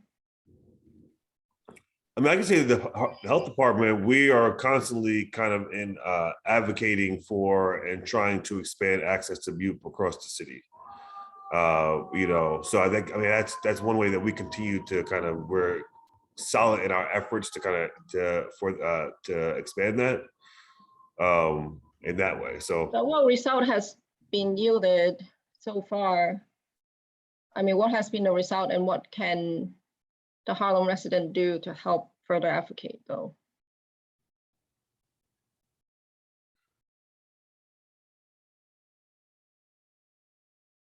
Sorry, cannot hear you. no, I wasn't saying anything. So yeah, I mean, I will get back to you with concrete ways that you can kind of help with that effort. Have some. I just want to Go make ahead, a quick Sam. response. And I have to, and this is something I'm always going to respond to. We're still talking about a school being across the street from us, and we've been there for years and have not had one issue with the school. I'm not trying to justify it, but we're acting like we're changing what we're doing. No, we're not. Doing the same I'm thing, in touch with the school, but you keep and school is repeating not the school happy. across the street, and there No, hasn't been an I'm in issue. touch with the school. I have heard the number of the school teachers here, and they are not happy.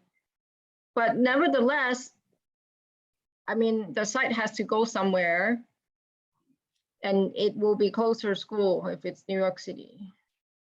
So I understand you've been there for a long time as well. So that's why I'm asking, are there initiatives to site these services in the hospital, for example, which is under more regulation in the location siting than, you know, just any site that has a good operator? You know what I mean? My answer is I don't know.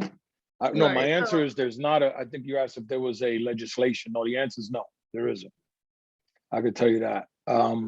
Does that make sense to you? Or What we also know is that many people don't go into hospitals for community services. It's always been a challenge for hospitals to offer services, which is why community-based organizations were even created. because people did not receive the services you're referring to at hospitals. And that's a bigger issue, right? I mean, it should be, but that's been an ongoing issue in poor communities forever. This is not new at all. And you said you didn't know the answer, Sam. Oh, sorry. I guess I did. Sorry. Yeah, that's the answer. What would you advocate for in terms of the future sites that are cited throughout New York City? If you want to expand, then, you know, what type of consideration do you recommend to be, you know, accounted for in the siting of these facilities? Because right now, New York City has a lapse in regulation, right? There's no regulation. Even for methadone center, there are no regulation, unlike in other states. But what do you think there makes is sense? a process for opening. There is and I can tell you this, there's a new commissioner out of ASAS. So it's going to be a very interesting time. A lot of what you guys have mentioned here, you mentioned something about a reduction in beds. I've been doing this work 30 years. There's a lot I could say, but as an executive director, I also be careful of my colleagues in the field.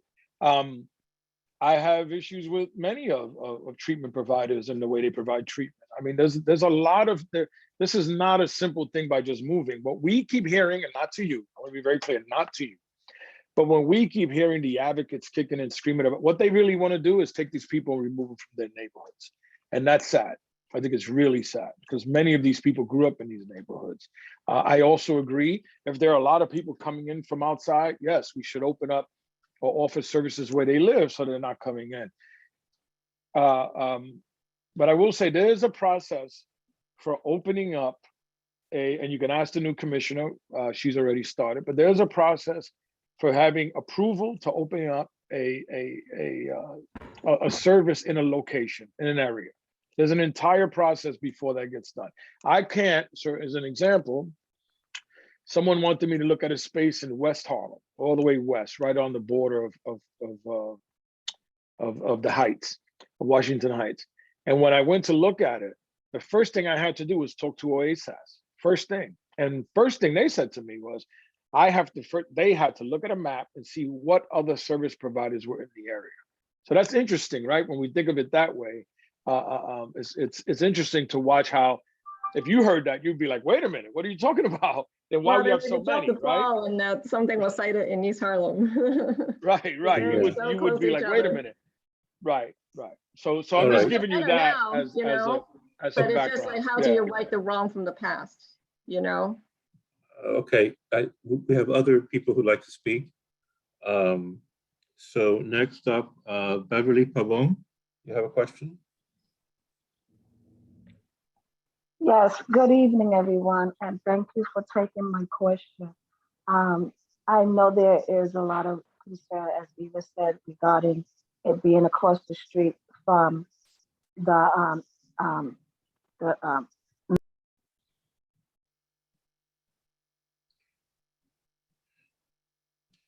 Hello, Beverly? I think we lost Can't her. hear you. I think we lost Beverly. Yes.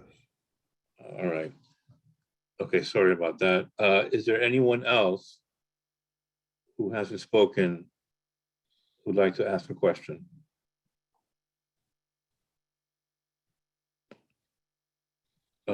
Pastor Isaac Scott? Yeah, I don't want to ask a question. I just want to thank everyone, all the presenters, for being very clear and keen on answering these questions. They were questions, they're tough questions.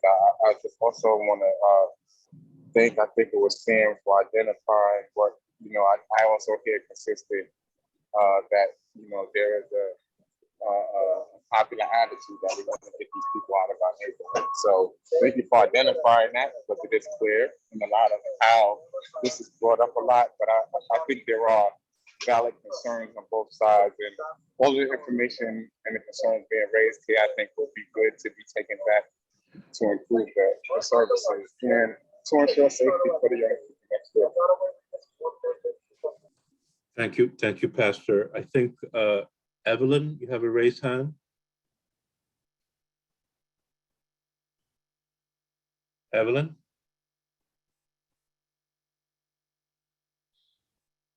Okay, then we'll move on to Michael Lopez.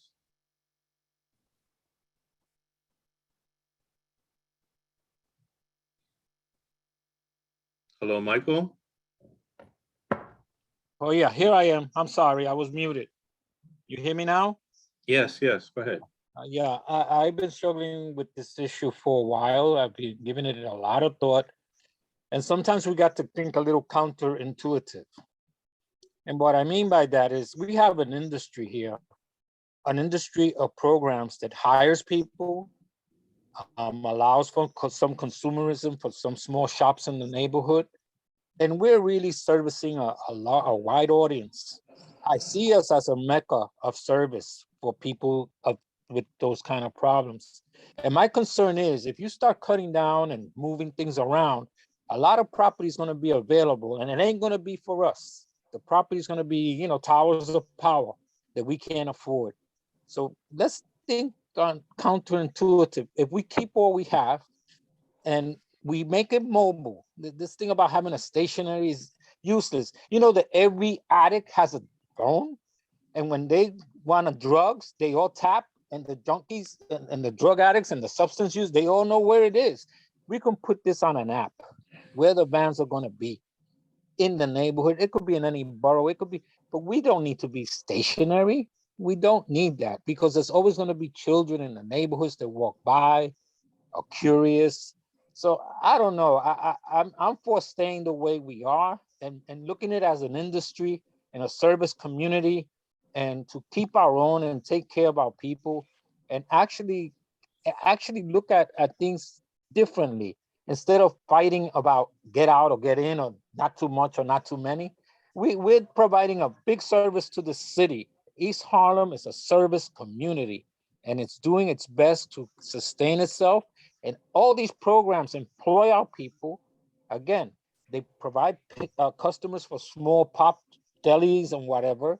And I don't know, I just can't go with the idea of breaking things down and dividing things and here, take a few, because anything we share, it's not going to come back to us in the same way. It's going to be something else. It's going to be some gentrifier, some developer looking at this land and, oh, this is where this program used to be, or this office space. We're going to lose more than we gain if we start giving away what we have. And that's my point, and I stand on that, and I believe that.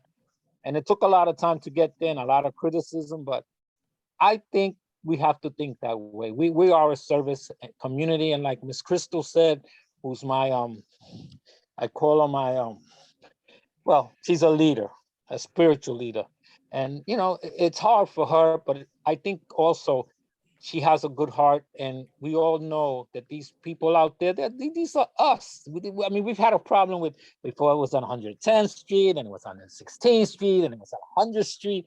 We've had this problem for ages, and these people survive, and they could become part of a community. And I'm gonna say this again: they all have Obama phones, so they tap in. You put it in an app. Van gonna be on 116 and wherever there's no kids or no kids in parks, and they will be there. They will be there. It's like, come on, they're not stupid people. They just have they use substances. That's all. That's what I have to say. Thank you for the time. All right, thank you, Michael. I think Sam wants to respond. Yeah, I just want to thank you for that. Thank you so much. That was beautiful. And I think as a person who grew up in the Lower East Side, I watched it happen. I watched our people fight against our own people, and we lost our neighborhood. And those of us who lived in the Lower East Side cannot live on the Lower East Side ever again. So that's a message to you guys in Harlem. I'll tell you that. So that's a great point. Thank you for that. So two very quick things. One is we are hiring. We have a lot of positions available. We'd love to hire local folks. That is our desire. Young people who are looking to work. There are a lot of jobs in our business, by the way. Not everyone works in the OPR, in the room where people are using. There are many, many jobs we have available. So I want to put that out there first. The other thing I want to say is I want to really put this out there very clearly. And we have, Kayla mentioned Brent Gibson earlier. He has run the numbers so far. We are not seeing an influx of anyone else outside of the community. Our numbers have not increased from people coming in. And I will say as of yet, and I'm a very transparent person. If next week we see that number jump, believe me, I'm gonna come to you and say, oh, by the way, we have 40 people from Brooklyn or 20 people from Queens. I will tell you that. That's who I am. But I also will tell you right now that we don't see an influx or an increase in usage by people from outside of the community, or any difference from what we had prior to opening. But if it changes, you'd be the first to know, believe me. Maybe not the first, but one of the first to know if that were to happen. All right, thanks. Thank you, Sam. Anyone else who hasn't had an opportunity to speak? Any raised hands? Okay, there are 2 participants with raised hands. I only see 1 though. Okay, Evelyn has re-raised her hand, Art, if you want to call on her again in the attendee section. who? I'm sorry. Evelyn Berg. Oh, Evelyn. Evelyn. Hi, Go ahead, I Evelyn. finally found it. This time I got the unmute. Yes, I just wanted to ask, I'm impressed with with your very good intentions. Obviously, we're in the middle of a crisis, and there can be a lot of finger pointing, but the problem is the crisis is here. It's not made by any particular group. It's a national crisis, but it's particularly bad where we are. I do think there may be an oversaturation of agencies in the neighborhood that draw addicts and just for one reason or another. And that, of course, does draw the drug dealers, as Crystal mentioned. Where you have addicts, you will have drug dealers preying on them. The drug dealers are very dangerous. They carry guns. They drive on little, sometimes the delivery guys drive on little scooters all through the park delivering drugs. I see it every day. This is not your fault. You are trying to, in your way, help it. What I would like to know is when somebody comes to you, how do you try to connect them to drug rehabilitation? Obviously, you don't want to scare them off. You want to keep them coming to the site so that they won't overdose. I've had drug addicts in my family. I know what that is. We want to save lives. That's first and foremost. But really, that's not a life. So how do you hook people up or connect them with rehabilitation services, mental health services, et cetera? Do you just give them a pamphlet? Does somebody pat them on the head? What goes on? And how do you assess your success in that, in doing that? And so that you know that you are succeeding in helping people maybe get off drugs. Thank you for taking my question. I really do appreciate it.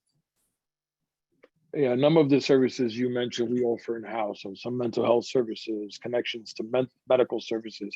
One of the things I'll say to everyone here, and for those of you who mentioned having family members who use drugs, or maybe you yourself, part of it is humanizing the process for them, is making them feel human.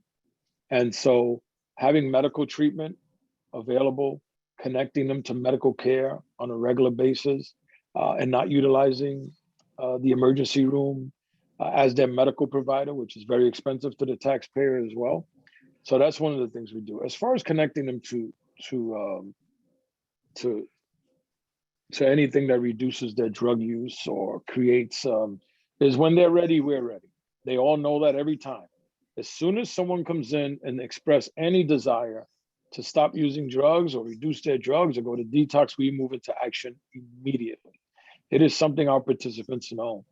Our participants know that if they want a connection to go into detox, we can get someone to pick them up. Now, we don't just pat people on the head. We put them in a car and get them to detox. We follow up after. We measure our success to that referral by following up with the provider, by calling the provider on a weekly basis. So case managers who we have in-house will connect with the provider on the outside who's providing the either the treatment services or recovery services, depending on where they go, and make sure they're following up on a regular basis to monitor the participation by the participant we made a referral for. And to talk about some of our success as well, is that a number of people who work for us now full-time, who have their own apartments, who drive and are paying taxes and doing everything else, were participants at one point. And for me, that's a pretty fair example of some really good success. So I hope I answered your question. Thanks, Sam. I think we have one more raised hand. Brent Lucia.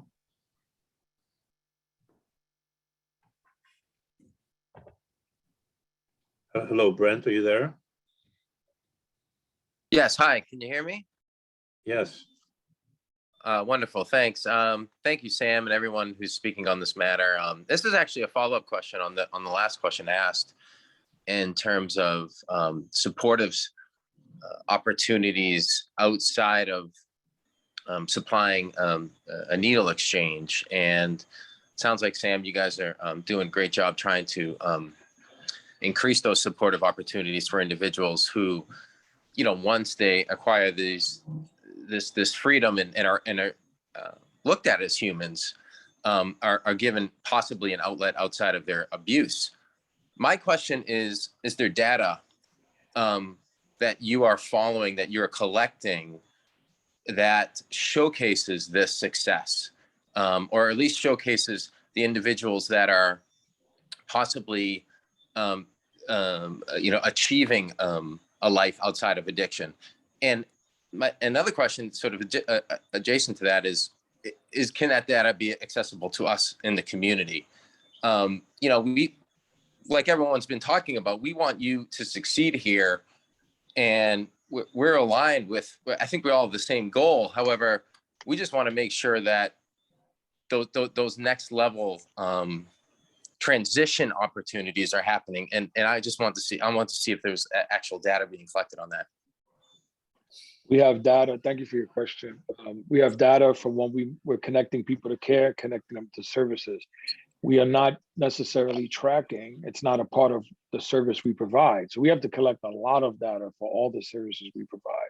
When we connect someone to care, them staying in care or staying in treatment or achieving some level of recovery is not something we necessarily collect in that fashion. I'm sure the city could give you a lot of numbers on that. We can talk to them about that. But because we're not a provider that offers, although we want to be, treatment as an option, because one of the things we're proposing is many of our people, because they're active, when they show up to a service provider, people become fairly uncomfortable. Even service providers do, not the actual organizations. So what we're proposing to the state is allow us to provide the actual treatment as well, which really answers the big question you're asking, Brent.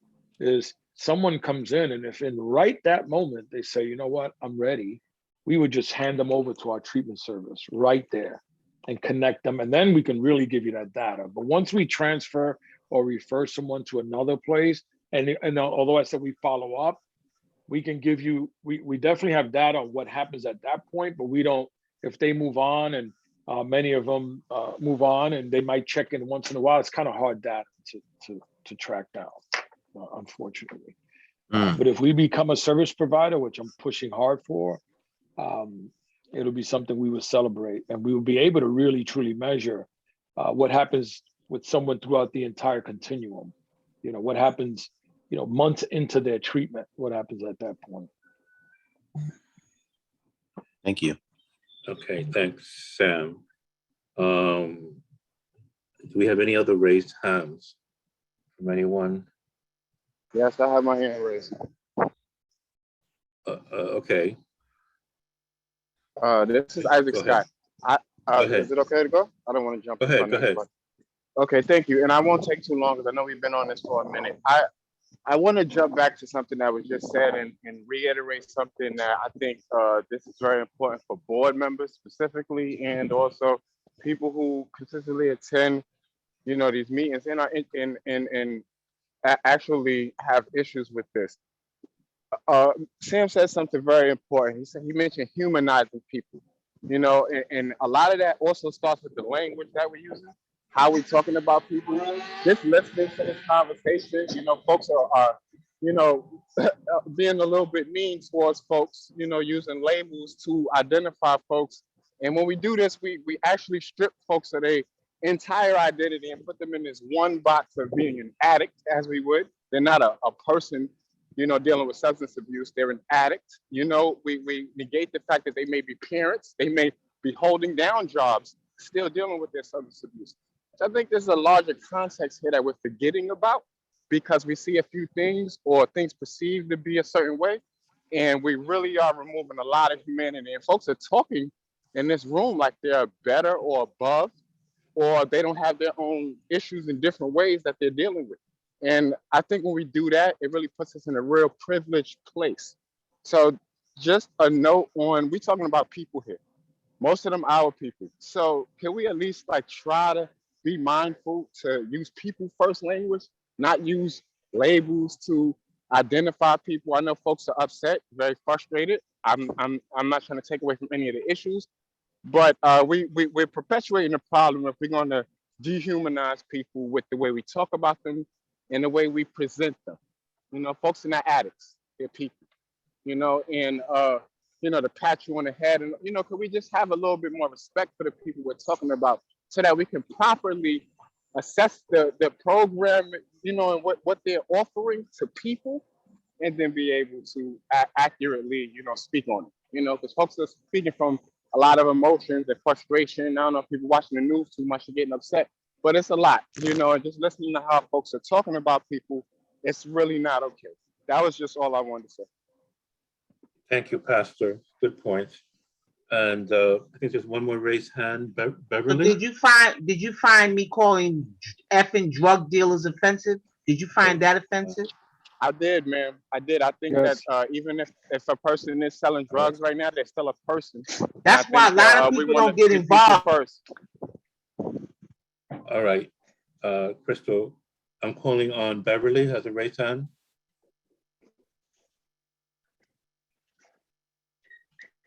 Hello, Beverly, you have a question? Okay, not hearing from Beverly. There was a follow-up question from Eva about how the sites are chosen. I think we need more clarification on that. How are sites chosen? Sam? Pastor wasn't listening. All right. Can we? I was very empathetic with my order. Right, yeah, you weren't listening. Crystal, could you just hold on, Crystal? Because I asked a question and Sam is going to answer. Go ahead, Sam. Thank you. So how I can only talk about, there's only the two sites that were chosen primarily because of the need in the neighborhood. And the other one is the readiness. We happen to be, our organization was ready. And again, I'll mention again, we have been providing this service in a different format. So it wasn't a big stretch for us. It wasn't about changing anything other than building out a separate room would happen in a very different way. In our service in Harlem, we have medical providers attached to it. As far as treatment, and people talked about, I think it was Eva who talked about buprenorphine. We have buprenorphine right there, 3 steps away from the door, literally. And if you make another visit, we can walk you through that. I know the last visit was kind of wild and a lot of people. We can actually walk you through that. And I think it's more important for you guys, you are the community members, to have a visit where it's only a few, and we can actually walk you through the entire process, right? That day there was a lot of people, the police and different people. So maybe we can walk you through it so you can really get a grasp of what we do. So yeah, we really, so if someone, and this goes back to the question before, if someone is ready, we have BUP, we can enroll them in our BUP program right away. We work closely with the methadone programs to bring that person down to a level where they can switch to BUP, because people really want to try BUP as an option. And I didn't say that before, and I'm thanking Kaylin who reminded me to mention that. And then I really want to thank the pastor. Thank you so much. Because as you notice, we call out people participants. What I will say is, person using drugs, that's one element of who they are. They're an entire person. Even the person selling drugs, and even the person, I am in no position to judge them. I am in no position. What we also know is people doing what they're doing in the street are self-medicating trauma.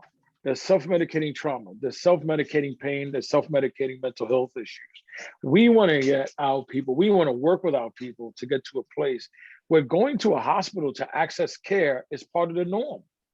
You know, we're talking about years. People mention racism here. This has been going on forever, forever. Yeah, Harlem has a lot of hospitals, not the best hospitals. I happened to spend a lot of time in one after an accident. It was a scary experience. So there's a system, there's a systematic issue that's larger than all of this. And I think that's what we're all dealing with. So again, to answer your question more specifically, Arturo, there are currently, we know as harm reduction folks, that there are other organizations who are ready, who are excited or close to ready, but who are excited and will open up one as soon as the opportunity presents itself. All right, thank you, I Sam. want to just add, I saw there was a question from Eva around Michael Lopez's why not use a mobile van to deliver the service? And I think, as kind of Sam mentioned, and we mentioned earlier as well, that we were going with providers who were already kind of in their existing space. I mean, it was up to me. I would say that'd be great. We would love to have a process where we could have a kind of a mobile service. But right, at that time we're not able, we weren't able to kind of put that forward. But that would be something that we would definitely be interested in. We're not looking just, we're looking across the city for this service. And we are proposing, thank you, Michael, so much. We are actually proposing, I forgot who said that before, that was great. We are proposing to the health department and working closely with the health department for a mobile opportunity as well. Last thing I'll say, I know we've been here a while, because I really want to acknowledge Michael, Dr. McCray.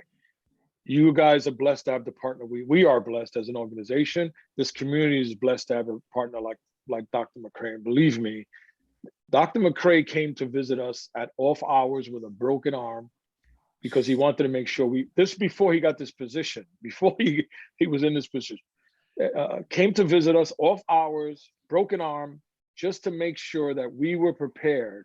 And we weren't ready, it wasn't time yet, but if it was going to happen, how prepared are we?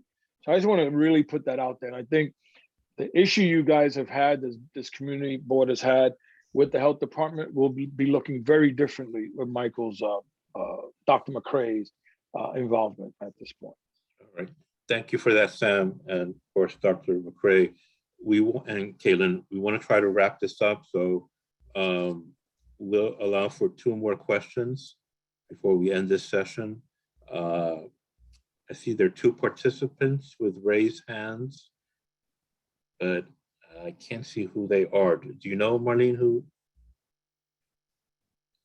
Yes. Who has a raised hand? There's actually one attendee, Denise Fowler has her hand raised, and that's the only raised hand right now. Okay, so we'll end with Denise. Denise, please. Yes, I would like to address the police protection in the area and more patrols, because my question never got answered. Because I hope that we're not normalizing drug dealing now. Because I understand all about your participants. I understand that. My issue is that these type of programs bring drug dealers in the area. Now, there was drug dealing going on there before. I know that neighborhood. I grew up in that neighborhood. And I also know that there is more drugs over there now. So it's going to be a steady flow. Has anybody met with the precinct? Has anybody asked about more police patrols? Because even with the methadone program on the corner of 125th Street and Park, there's nothing but hanging out, and there's a lot of drug dealing. I don't want my granddaughter to walk over there. I have a teenage granddaughter that I'm nervous for her to go over there in that area. She has to get out the train from there. Come on, we have to speak about these things. And that's not being spoken about. And I have, believe me, we all might have people that have drug issues. That's what I'm speaking about, is the protection.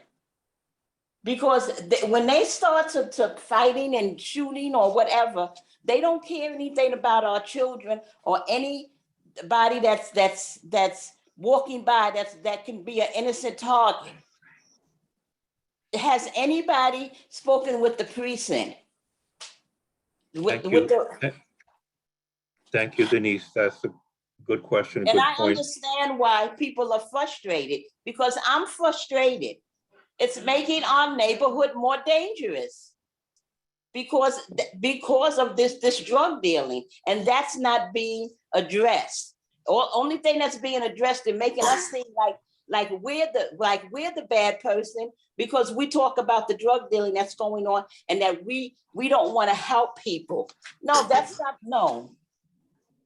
Yes, Denise, thank you for that. I want to save my see, neighborhood and I want to save my children. Thanks, Denise. I see Kaylin has a hand raised. You want to speak to that, Kaylin? I just wanted to say I really appreciate the point. We were at the precinct today. We were at the 25th precinct today at 7 o'clock in the morning and again at 3 p.m. for roll call. We've made very clear to the NYPD that we see them as a very essential partner in the success of our work together. And we understand that they have a role to ensure that the citizens and the neighbors in East Harlem feel safe and can call them for assistance when they need it. We are not in the drug dealing business. We are in the saving lives business. And I would just continue to encourage, as a citizen in New York, if there's something around related to drug dealing that is causing you to feel unsafe, to call the NYPD.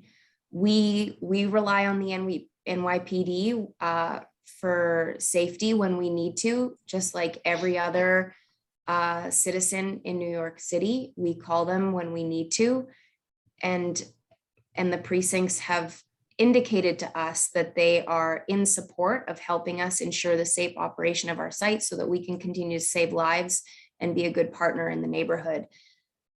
I think Sam and I were both pleasantly surprised by the support that we've received from both the 34th precinct and the 25th precinct. I don't want to pretend that there weren't questions and that we didn't have to spend some time talking and educating each other on their side of the fence and ours, but we very much see them as a partner. We work closely with them, and we'll probably be working closer with them than we ever have before going forward around these sites and around the health and public safety of not only our participants, but the larger community. Okay, Kaylin, thank you for that. Denise, I'll let you respond to that, and then we're going to wrap up. That's funny. I thank you very much for that. I thank you very much for that. And we know that you're not in the drug dealing business. We know that. We're talking about the drug dealers on the outside that are waiting for your participants because they have to shoot up or whatever, in intervals. So they know this. The drug dealers know that. And that's what my concern is. And my concern is with the police precinct. Have they set up a schedule? They know what's going on. The same way that we, the neighborhood, see all the drug dealing that's going on, they see it too. But what are they doing about it? Are they putting more foot patrols out there or any patrol in the area? Because they didn't do it with the methadone clinic on 125th Street. So that's what I'm saying. Okay, thank you, Denise. Does anyone at DOH want to respond to that? What I can say is that we are in the area. The city has together joint operations. That's kind of a work with DHS outreach, health and hospitals, as well as PD. And so I'll be happy to kind of go back to my colleagues at NYPD around this. But I can say that there are kind of joint operations in the area, making sure that people are connected to their services and getting the care that they need in the moment, particularly around that kind of 125th and Lex, kind of that whole corridor right there. I can respond quickly to that. Since the day we opened, we have had police patrols. And this is what I mean. Like I would like us to focus on facts. We've had police patrols in front of our building, on the corners, both corners, and near our building since the day we opened. During our operating hours. And for me, and in our conversations with a couple of chiefs and a couple of lieutenants.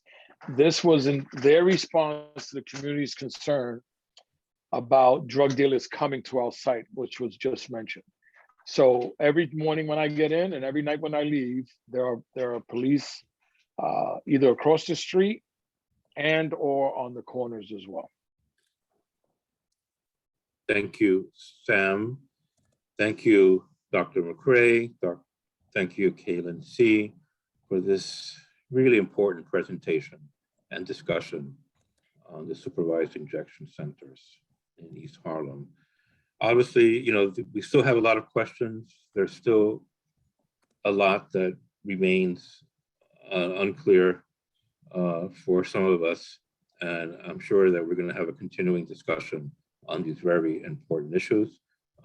Thank you for presenting and discussing today.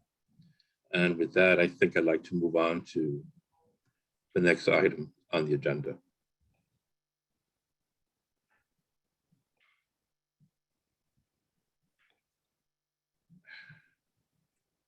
All right, do we have any old business, Marlene? No, this committee doesn't have any old business. All right, so then we can move on to new business. Do we have any new business?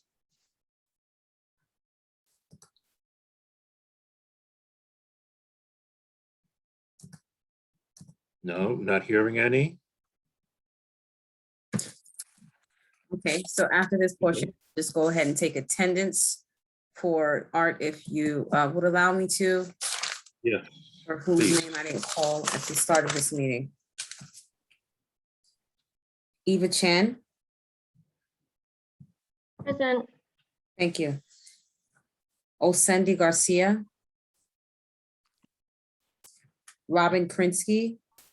Present. Thank you. Patricia Martin. Present. Thank you. Jennifer Meyer.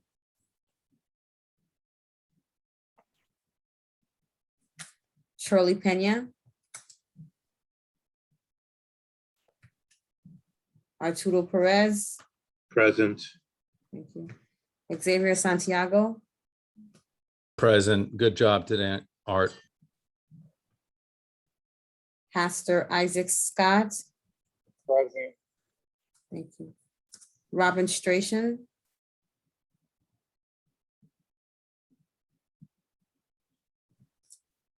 And Nye Whitaker. Thank you, Art. You still have a forum. Okay, so with that, we call to adjourn.